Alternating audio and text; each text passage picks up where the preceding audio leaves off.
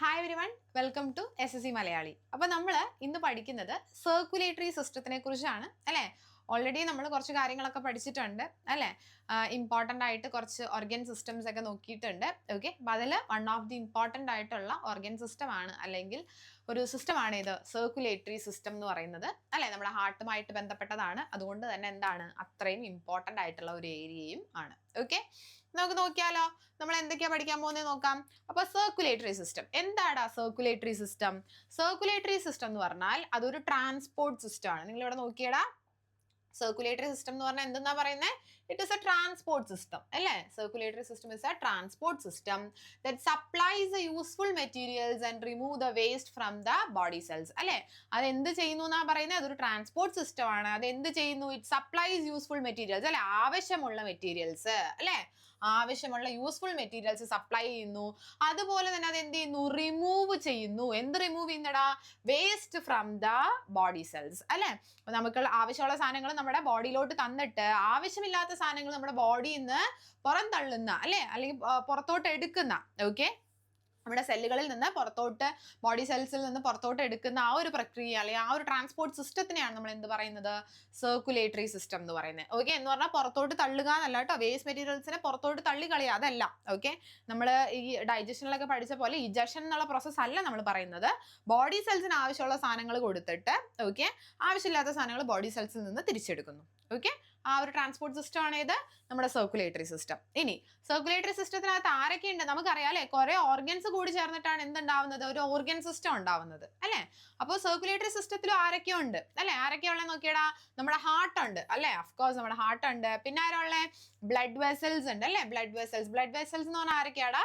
Arteries ഉണ്ട്, veins ഉണ്ട്, capillaries ഉണ്ട്. ഓക്കെ, കിട്ടുന്നുണ്ടോ നിങ്ങൾക്ക്? അതായത് ഹാർട്ട് ഉണ്ട്, ബ്ലഡ് വെസൽസ് ഉണ്ട്, പിന്നെ ആരാ ഉള്ളത്? ബ്ലഡ് ഉണ്ട് അല്ലേ.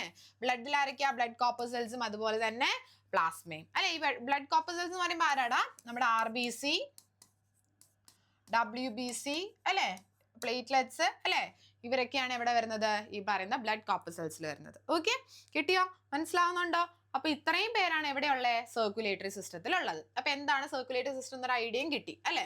അപ്പൊ സർക്കുലേറ്ററി സിസ്റ്റം നോക്കുമ്പോൾ അതെ ഇത്രയും ആൾക്കാരുണ്ട് കേട്ടോ. അപ്പൊ നമുക്ക് ഓരോരുത്തരായിട്ട് നമുക്ക് ഇങ്ങനെ എടുത്ത് പഠിക്കാം. ഓക്കെ, അപ്പൊ നമ്മളിവിടെ നോക്കുവാണെങ്കിൽ ആദ്യം നമുക്ക് ഹാർട്ട് വെച്ച് സ്റ്റാർട്ട് ചെയ്യാം അല്ലെ. ഹാർട്ട് നമുക്കറിയാം, സ്റ്റഡി ഓഫ് ഹാർട്ടിന് നമ്മൾ എന്താ പറയുന്നത്? കാർഡിയോളജി അല്ലെ, എല്ലാവർക്കും അറിയാം അല്ലെ. അത് ചികിത്സിക്കുന്ന ഡോക്ടറെ നമ്മൾ കാർഡിയോളജിസ്റ്റ് എന്ന് പറയും. ഇതൊക്കെ നമുക്ക് വളരെ ഫെമിലിയർ ആയിട്ട് അറിയുന്ന കാര്യങ്ങളാണ്. ഇനി ഹാർട്ടിന്റെ വേറൊരു പ്രത്യേകത എന്താടാ? Only organ not affected by cancer അല്ലെ. ക്യാൻസർ കൊണ്ട് എഫക്ട് ചെയ്യാത്ത ഒരേ ഒരു ഓർഗനാണ് ഏത്? ഹാർട്ട് എന്ന് പറയുന്നത്. കാരണം എന്താ? കാരണം അതിനകത്ത് സെൽ ഡിവിഷൻ ഇല്ല. ഓക്കെ, അപ്പൊ നമുക്കറിയാം ക്യാൻസർ എന്ന് പറഞ്ഞാൽ എന്താ? അൺകൺട്രോളബിൾ സെൽ ഡിവിഷൻ ആണ് അല്ലെ. ഡിവിഷൻ ഇങ്ങനെ നടന്നുകൊണ്ടിരിക്കുകയാണ്. നമ്മുടെ ബാക്കി എല്ലാ ബോഡി പാർട്സിലും സെൽ ഡിവിഷൻ നടക്കുന്ന സമയത്ത് ഹാർട്ടിന് എന്തില്ല? സെൽ ഡിവിഷൻ ഇല്ല. ഓക്കെ, മനസ്സിലാവുന്നുണ്ടോ നിങ്ങൾക്ക്? മനസ്സിലാക്കി വെക്കുക. ഹാർട്ടിൽ സെൽ ഡിവിഷൻ ഇല്ല, അതുകൊണ്ട് തന്നെ ഹാർട്ടിൽ എന്ത് നടക്കുന്നില്ല അല്ലെങ്കിൽ ഹാർട്ടിൽ എന്ത് വരില്ല? ക്യാൻസർ വരില്ല. ഓക്കെ, അറിഞ്ഞിരിക്കണം. ഇനി അടുത്ത നോക്കിയടാ, വേൾഡ് ഹാർട്ട് ഡേ അല്ലെ. എന്നാ വേൾഡ് ഹാർട്ട് ഡേ? സെപ്റ്റംബർ 29-നാണ്. Okay, September 29 is considered as world heart day. Okay, അറിഞ്ഞിരിക്കണം. ഇനി thick muscular contractile automatic pumping organ of blood അല്ലെ. നമുക്കറിയാം ഹാർട്ട് എങ്ങനെയാണ്? വളരെ തിക്കാണ് അല്ലെ, മസ്കുലാർ ആണ് അല്ലെ, മസിൽസ് ആണ്, കോൺട്രാക്ടൈൽ ആണ് അല്ലെ. കോൺട്രാക്ടൈൽ ആയിട്ട് ഓട്ടോമാറ്റിക് പമ്പിംഗ് ഓർഗൻ ആണ് അല്ലെ. പുള്ളിക്കാരൻ എന്താ ചെയ്യുന്നത്? പമ്പാണ് ചെയ്യുന്നത് അല്ലെ, നമുക്കറിയാം. ഇനി നമ്മുടെ ഹാർട്ട് നമുക്കറിയാം കണ്ടിന്യൂസ്ലി എന്താ നടക്കുന്നത്? കോൺട്രാക്ഷനും റിലാക്സേഷനും നടക്കുന്നുണ്ട് അല്ലെ. കണ്ടിന്യൂസ്ലി എന്ത് നടക്കുന്നുണ്ടടാ? കോൺട്രാക്ഷൻ നടക്കുന്നുണ്ട്, അതുപോലെ തന്നെ എന്ത് നടക്കുന്നുണ്ട്?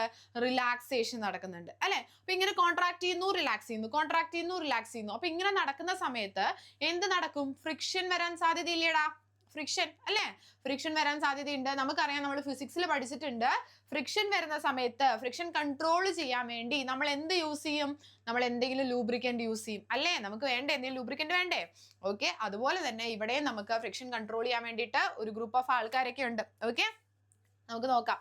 ഇപ്പോ നമ്മുടെ ഹാർട്ടിനെ കവർ ചെയ്യാൻ അല്ലെ. ഹാർട്ട് നമുക്കറിയാം അത്ര ഇമ്പോർട്ടന്റ് ആയിട്ടുള്ള ആളാണ് അല്ലെ. വളരെ ഇമ്പോർട്ടന്റ് ആയിട്ടുള്ള ആളാണ് ആര്? ഹാർട്ട് അല്ലെ. നമുക്ക് എല്ലാവർക്കും അത്ര അത്യാവശ്യമായിട്ട് കണ്ടിന്യൂസ്ലി വർക്ക് ചെയ്യുന്ന സെറ്റ് ആയിട്ടുള്ള ഒരാളാണ് അല്ലെ. അപ്പൊ ആളെ നമ്മൾ എന്ത് ചെയ്യണം? അതുപോലെ കെയർ ചെയ്യണം അല്ലെ. അതുപോലെ നല്ല അടിപൊളിയായിട്ട് സൂക്ഷിച്ചെടുത്ത് വെക്കണം അല്ലെ. നമ്മൾ അങ്ങനെയല്ലേ, നമുക്ക് ഏറ്റവും ആവശ്യമുള്ള ആൾക്കാരെ എന്ത് ചെയ്യും? നമ്മളിങ്ങനെ സൂക്ഷിച്ചെടുത്ത് അല്ലെ എടുത്തു വെക്കും അല്ലെ. അതുപോലെ തന്നെ നമുക്ക് നമ്മുടെ ഹാർട്ടിനെ സൂക്ഷിച്ചെടുത്ത് വെക്കണം. അതിനുവേണ്ടി ആരുണ്ട്? നമുക്ക് പെരികാർഡിയം ഉണ്ട്. ആരാണ് നമുക്കുള്ള? പെരികാർഡിയം ഉണ്ട്. മനസ്സിലാവുന്നുണ്ടോ? ഓക്കെ. പെരികാർഡിയം എന്ന് പറഞ്ഞാൽ എന്താ? വളരെ തിന്നാണ്. ഓക്കെ. പുള്ളി കവർ ചെയ്യാനൊക്കെ ഹെൽപ്പ് ചെയ്യുന്നുണ്ടെങ്കിൽ പുള്ളി എന്താ? വളരെ തിന്നായിട്ടുള്ള ആളാ. ഓക്കെ. ഇനി 2 ലെയേർഡ് സാക്ക് ആണ്. 2 ലെയർ ഉണ്ട്. പക്ഷെ പുള്ളിക്ക് വളരെ തിന്നായിട്ട് 2 ലെയർ ആയിട്ടുണ്ട് അല്ലെ. ഹാർട്ടിനെ കവർ ചെയ്യാൻ വേണ്ടിയിട്ട് പുള്ളി 2 ലെയർ ആയിട്ടാണ് ഉള്ളത്. ഓക്കെ. ഇനി നോക്കിയേ, സാക്ക് അറൌണ്ട് ദ ഹാർട്ട് അല്ലെ. ഹാർട്ടിന് ചുറ്റുമായിട്ടാണ് പുള്ളി ഉള്ളത്. ഓക്കെ. അപ്പൊ എന്താ നമ്മളിപ്പോ പഠിച്ചേ? നമ്മുടെ ഹാർട്ടിന് ചുറ്റും അല്ലെ. ഹാർട്ട് നമുക്ക് അത്ര ഇമ്പോർട്ടന്റ് ആയതുകൊണ്ട് നമ്മൾ എന്ത് ചെയ്യാണ്? ഹാർട്ടിന് ചുറ്റും അല്ലെ 2 ലെയർ ഇങ്ങനെ വൃത്തിയായിട്ട് കവർ ചെയ്ത് സൂക്ഷിച്ച് എടുത്തു വെച്ചേക്കുവാണ്. ഓക്കെ. ഇനി അപ്പൊ നമ്മൾ ഓൾറെഡി പറഞ്ഞു ഹാർട്ടിന് എന്ത് വരാൻ സാധ്യതയുണ്ട്? ഫ്രിക്ഷൻ വരാൻ സാധ്യതയുണ്ട്. അപ്പൊ എന്തെങ്കിലും ഒരു ലൂബ്രിക്കന്റ് വേണം അല്ലെ. എന്തെങ്കിലും ഒരു ഫ്ലൂയിഡ് വേണം. അങ്ങനെ ഒരു ഫ്ലൂയിഡ് ഉണ്ട്. ആ ഫ്ലൂയിഡിന്റെ പേരാണ് പെരികാർഡിയൽ ഫ്ലൂയിഡ്. എന്താണ് പേര് പറയുന്നത്? പെരികാർഡിയൽ ഫ്ലൂയിഡ് എന്നാണ് പറയുന്നത്. കിട്ടിയോ? ഓക്കെ. ഇനി പെരികാർഡിയൽ ഫ്ലൂയിഡ് എവിടെയാ ഉള്ളത്? Inside the pericardium. നമ്മുടെ ഈ പെരികാർഡിയത്തിനകത്ത് അല്ലെ നമ്മൾ കവർ ചെയ്ത് വെച്ച ഒരു സാധനമാണ് പെരികാർഡിയം അല്ലെ. ആ പെരികാർഡിയത്തിനകത്ത് എന്തുണ്ട്? പെരികാർഡിയൽ ഫ്ലൂയിഡ് ഉണ്ട്. കിട്ടുന്നുണ്ടോ? മനസ്സിലാവുന്നുണ്ടോ നിങ്ങൾക്ക്? ക്ലിയർ അല്ലേ? ഓക്കെ. ഇനി നോക്കിയേ, right side of the heart. അപ്പൊ നമുക്കറിയാം ഹാർട്ട് ഇങ്ങനെ റൈറ്റ് സൈഡും ഉണ്ട് ലെഫ്റ്റ് സൈഡും ഉണ്ട്. ഓക്കെ. അപ്പൊ നമ്മൾ ഇവിടെ നോക്കുന്ന സമയത്ത് ഇവിടെ നോക്കുക, അയോർട്ടിക് വാൾവ് ഉണ്ട്, റൈറ്റ് ഏട്രിയം അല്ലെ, ട്രൈകസ്പിഡ് വാള്, റൈറ്റ് വെൻട്രിക്കിൾ, അങ്ങനെ റൈറ്റ് ലെഫ്റ്റ് എന്ന് പറഞ്ഞിട്ട് 2 ഗ്രൂപ്പ് ഉണ്ട്. ഓക്കെ. അപ്പൊ ഇതിലെ റൈറ്റ് സൈഡ് ഓക്കെ നോക്കണം കേട്ടോ നിങ്ങൾ. ഇതാണ് നമ്മുടെ right side. Right side. Okay. നമുക്ക് ശരിക്കും നമ്മൾ ഇങ്ങനെ നോക്കുന്ന സമയത്ത് ഇതാണ് നമ്മുടെ റൈറ്റ് സൈഡ്. ഓക്കെ. ഫിഗറിലുള്ളതനുസരിച്ചിട്ടാണ് ഞാൻ പറയുന്നത്. ഓക്കെ. കാരണം റൈറ്റ് എന്ന് പറഞ്ഞിട്ട് ഇവിടെ അല്ലേ മാർക്ക് ചെയ്തേക്കുന്നത്. ഓക്കെ. അപ്പൊ അതനുസരിച്ചിട്ടാണ് ഞാൻ പറയുന്നത് കേട്ടോ. അപ്പൊ right side of the heart നമ്മൾ നോക്കുവാണെങ്കിൽ right side of the heart എന്താ ചെയ്യുന്നതെന്ന് അറിയോ? ഇംപ്യൂർ ബ്ലഡ് അല്ലെങ്കിൽ ഡീ ഓക്സിജനേറ്റഡ് ആയിട്ടുള്ള ബ്ലഡ് ഒക്കെയാണ് എന്ത് ചെയ്യുന്നത്? ട്രാൻസ്ഫർ ചെയ്യുന്നത്. ഓക്കെ. അപ്പൊ ഈ സൈഡ് എന്താ ചെയ്യുന്നത്?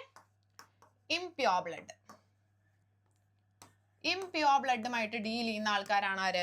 Right side. നോക്കിയേ, റൈറ്റ് സൈഡ് ഇംപ്യൂർ ബ്ലഡ് അല്ലെങ്കിൽ ഡീ ഓക്സിജനേറ്റഡ് ബ്ലഡ് അല്ലെങ്കിൽ CO2 മിക്സ്ഡ് ബ്ലഡ്. ഓക്കെ. ഈ ഇംപ്യൂർ ബ്ലഡ് എന്ന് പറഞ്ഞാൽ എന്താണ്? ഓക്സിജൻ ഇല്ലാത്തത്. ഓക്കെ. ഓക്സിജൻ ഇല്ലാത്തതെന്ന് പറയുമ്പോൾ അഫ്കോഴ്സ് എന്തായിരിക്കും? കാർബൺ ഡൈ ഓക്സൈഡ് ആയിട്ട് മിക്സ് ചെയ്തത് അല്ലെ. ഓക്കെ. അപ്പൊ ഈ റൈറ്റ് സൈഡുകാർ എന്താ ചെയ്യണേ? Deals with impure blood. Okay. Left സൈഡുകാരാണെങ്കിലോ അത് എവിടെ ലെഫ്റ്റ് ആൾക്കാരുണ്ട് അല്ലെ. ലെഫ്റ്റ് സൈഡുകാരാണെങ്കിലോ ലെഫ്റ്റ് സൈഡുകാര് പ്യൂർ ബ്ലഡുമായിട്ടാണ് ഡീൽ ചെയ്യുന്നത്. Pure blood. Pure blood. Okay. അപ്പൊ ലെഫ്റ്റ് സൈഡുകാര് പ്യൂർ ബ്ലഡും റൈറ്റ് സൈഡുകാർ എന്താ ചെയ്യുന്നത്? ഇംപ്യൂർ ബ്ലഡുമായിട്ടാണ് ഡീൽ ചെയ്യുന്നത്. ഓക്കെ. അപ്പൊ ഹാർട്ട് 2 സൈഡ് ഉണ്ട് അല്ലെ. അല്ലെ റൈറ്റ് സൈഡുകാർ എന്ത് ചെയ്യുന്നു? Pure blood. ലെഫ്റ്റ് സൈഡുകാർ എന്ത് ചെയ്യണടാ? Impure blood. ഓക്കെ. തൽക്കാലം ഇത്രയും മനസ്സിലാക്കി വെക്കുക. ക്ലിയർ അല്ലേ? ഓക്കെ. ഇതുവരെയുള്ള കാര്യം സെറ്റ് അല്ലേ? അപ്പൊ നമുക്ക് അടുത്തയിലോട്ട് പോയാലോ? നമ്മൾ നോക്കുന്ന സമയത്ത് നമ്മുടെ ഹാർട്ടിന് 4 ചേമ്പേഴ്സ് ആണുള്ളത്. ഓക്കെ. അപ്പൊ റൈറ്റും ലെഫ്റ്റ് ഒക്കെ ആയിട്ട് ഹാർട്ടിന് മൊത്തത്തിൽ എത്ര പേരുണ്ട്? 4 ചേമ്പേഴ്സ് ഉണ്ട്. ആ 4 ചേമ്പേഴ്സ് ഏതൊക്കെയാണെന്ന് ചോദിക്കുവാണെങ്കിൽ 2 ഏട്രിയം അല്ലെങ്കിൽ 2 ഓറിക്കിൾസ് ആണുള്ളത്. ശ്രദ്ധിക്കണം കേട്ടോ. 2 ഏട്രിയം എന്ന് പറയാം അല്ലെങ്കിൽ 2 ഓറിക്കിൾസ് എന്ന് വേണമെങ്കിലും പറയാം. ഓക്കെ.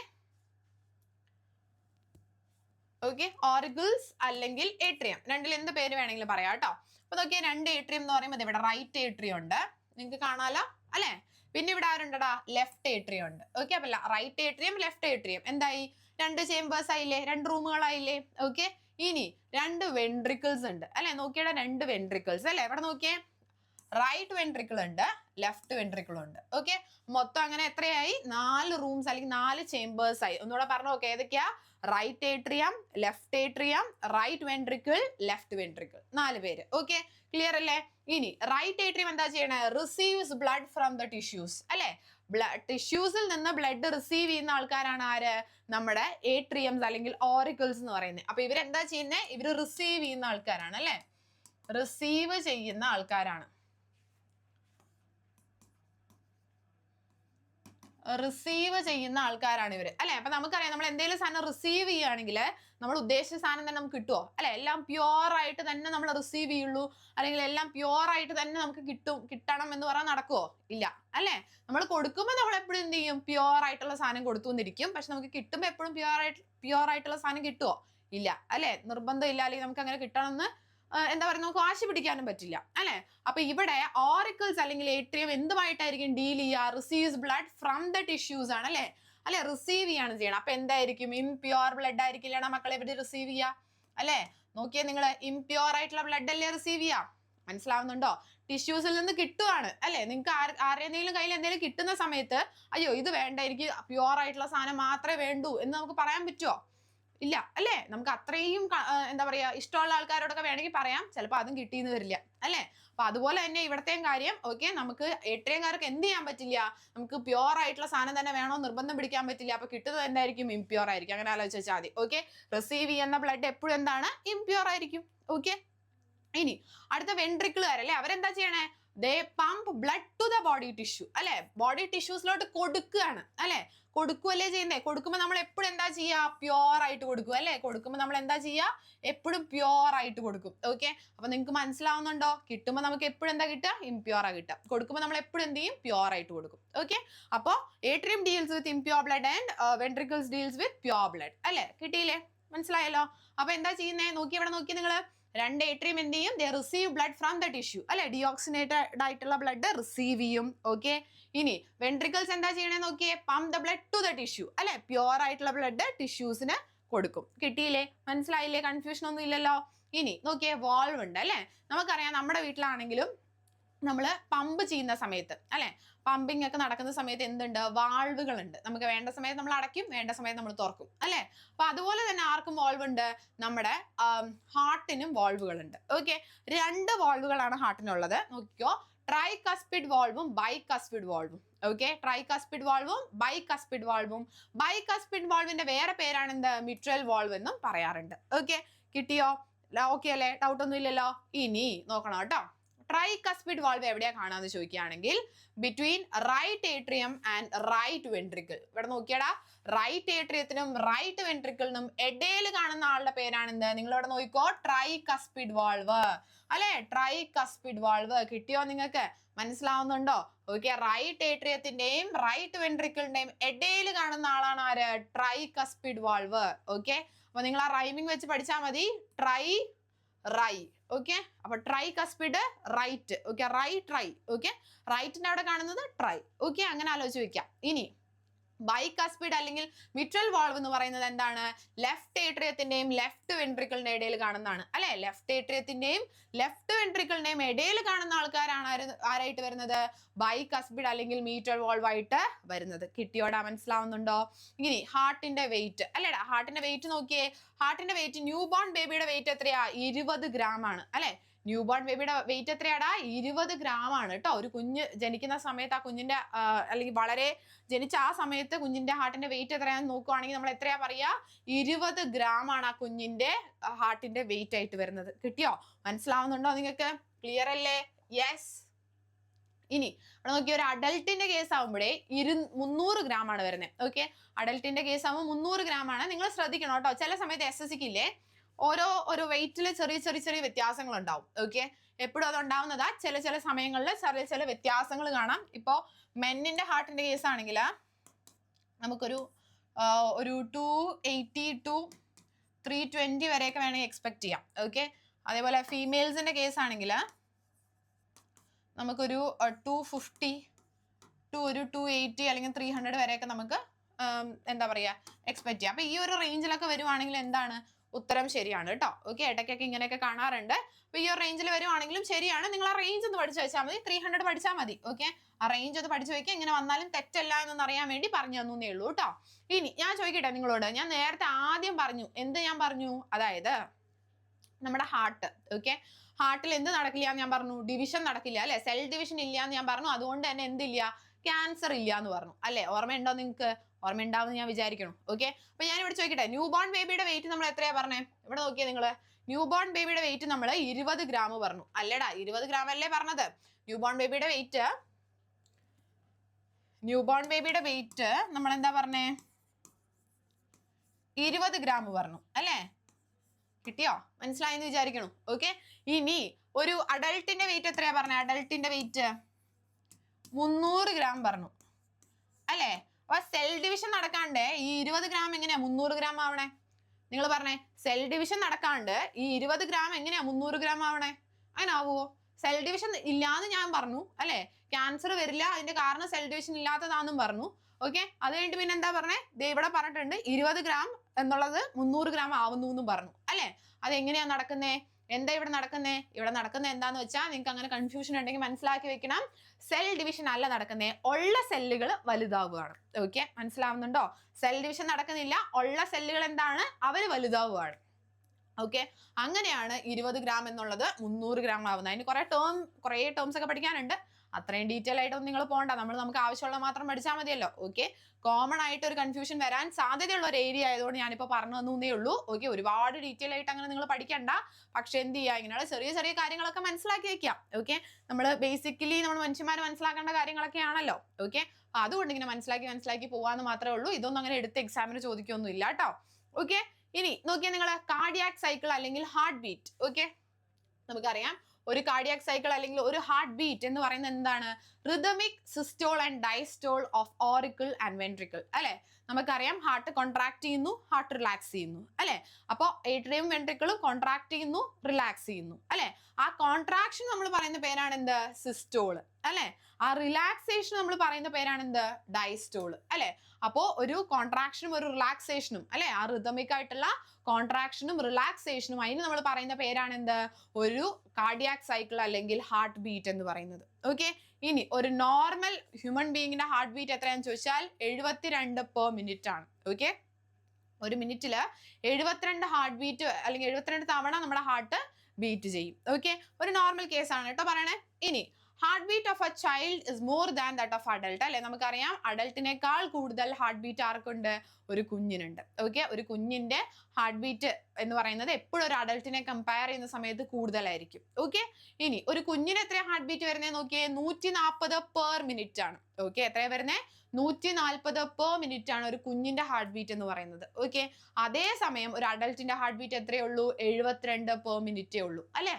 കിട്ടിയോ? നിങ്ങൾക്ക് ആ വ്യത്യാസം മനസ്സിലാവുന്നുണ്ടോ? ഓക്കെ, ഇനി നോക്കിയേ, നമുക്കറിയാം സൗണ്ട് എന്താണ്? ലബ് ഡപ്പ് അല്ലെ. കുഞ്ഞു ക്ലാസ്സിലെ നമ്മൾ പഠിച്ചിട്ടുണ്ട്. നമ്മുടെ ഹാർട്ട് ബീറ്റ് ചെയ്യുമ്പോൾ ഉള്ള സൗണ്ട് ഏതാണ്? ലബ് ഡപ്പ് എന്ന് പറഞ്ഞ സൗണ്ട് ആണ് അല്ലെ, നമ്മൾ കേൾക്കാറുണ്ട്. യെസ്, ഇനി ടൈം ഫോർ 1 ഹാർട്ട് ബീറ്റ് അല്ലെ. ഒരു ഹാർട്ട് ബീറ്റിന്റെ ടൈം എത്രയാണെന്ന് ചോദിച്ചാൽ 0.8 സെക്കൻഡ്സ് ആണ്. ഓക്കെ, ഒറ്റ ഹാർട്ട് ബീറ്റ് അടിക്കാൻ വേണ്ടിയിട്ട് അല്ലെ, ഒരു കോൺട്രാക്സേഷനും ഒരു റിലാക്സേഷനും നടന്ന് ഒരു ഹാർട്ട് ബീറ്റ് കിട്ടാൻ വേണ്ടിയിട്ട് നമുക്ക് എടുക്കുന്നത് 0.8 സെക്കൻഡ്സ് ആണ് കേട്ടോ, അറിഞ്ഞിരിക്കണേ. ഇനി നോക്കിയേ നിങ്ങൾ ECG. ഓക്കെ, ECG നമുക്കറിയാം ഇലക്ട്രോ കാർഡിയോഗ്രാഫ് അല്ലെ. ഇലക്ട്രോ കാർഡിയോഗ്രാഫ് ആണ് ഇത് ECG എന്ന് പറയുന്നത്. ഫുൾ ഫോംസ് ഒക്കെ പഠിച്ചു വെക്കണേടാ. ഓക്കെ, ECGയുടെ ഒക്കെ ഫുൾ ഫോം പഠിച്ചു വെക്കണം. നിങ്ങൾക്ക് ECG എന്താണെന്ന് അറിയായിരിക്കും, പക്ഷെ ഫുൾ ഫോം ചിലപ്പോൾ ചെറിയ കൺഫ്യൂഷൻസ് ഉണ്ടാവാൻ സാധ്യതയുണ്ട്. ഓക്കെ, ഇലക്ട്രോ കാർഡിയോഗ്രാഫിന് പകരം ഇലക്ട്രോ കാർഡിയോഗ്രാം എന്നൊക്കെ പറഞ്ഞ് തരാറുണ്ട്. ഓക്കെ, അപ്പൊ അങ്ങനെ ഒന്നും തെറ്റിപ്പോവരുത്, നന്നായിട്ട് ശ്രദ്ധിച്ചിരിക്കണം. കിട്ടിയോ? ഇനി നോക്കിയേ, used to check proper working of heart using electrodes. Okay, എന്താ ECG ചെയ്യുന്നത്? ECG നോക്കുന്നത് എന്താണ്? പ്രോപ്പർ വർക്കിംഗ് ആണ് അല്ലെ. നമ്മുടെ ഹാർട്ട് പ്രോപ്പർ ആയിട്ട് വർക്ക് ചെയ്യുന്നുണ്ടോ എന്ന് നോക്കുകയാണ്. എന്ത് യൂസ് ചെയ്തിട്ട്? ഇലക്ട്രോഡ്സ് യൂസ് ചെയ്തിട്ട്. ഓക്കെ, ECG എങ്ങനെയാണ് എടുക്കുന്നതെന്നൊക്കെ നമ്മൾ സിനിമയിലൊക്കെ കണ്ടു കാണും അല്ലെ. ആ രീതിയിലാണ് നമ്മുടെ ഹാർട്ട് പ്രോപ്പർ ആയിട്ട് വർക്ക് ചെയ്യുന്നുണ്ടോ എന്ന് അറിയാൻ വേണ്ടിയിട്ടാണ് ECG എടുക്കുന്നത്. ECGയുടെ ഫുൾ ഫോം നമ്മൾ ഓൾറെഡി പഠിച്ചു, ഇലക്ട്രോ കാർഡിയോഗ്രാഫ് ആണ്. ഓക്കെ, അപ്പൊ എന്ത് ചെയ്യണം? ഇത്രയും കാര്യങ്ങൾ നന്നായിട്ട് മനസ്സിലാക്കി വെക്കണം. ഓക്കെ, തെറ്റിക്കരുത്, ഇമ്പോർട്ടന്റ് ആണ് കേട്ടോ. ഓക്കെ, ഇനി അടുത്ത നോക്കിയാലോ നമുക്ക്.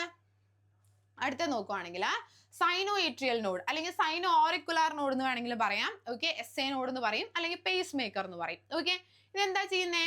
നോക്കിയേ, generates each wave of cardiac cycle അല്ലെ. നമുക്കറിയാം കൃത്യമായിട്ട് ഇമ്പൾസുകൾ അല്ലെങ്കിൽ എന്താ പറയാ സിഗ്നൽസ് അല്ലെ, ഇലക്ട്രിക്കൽ സിഗ്നൽസ് ജനറേറ്റ് ചെയ്യുന്ന ആളാണ് ആര്?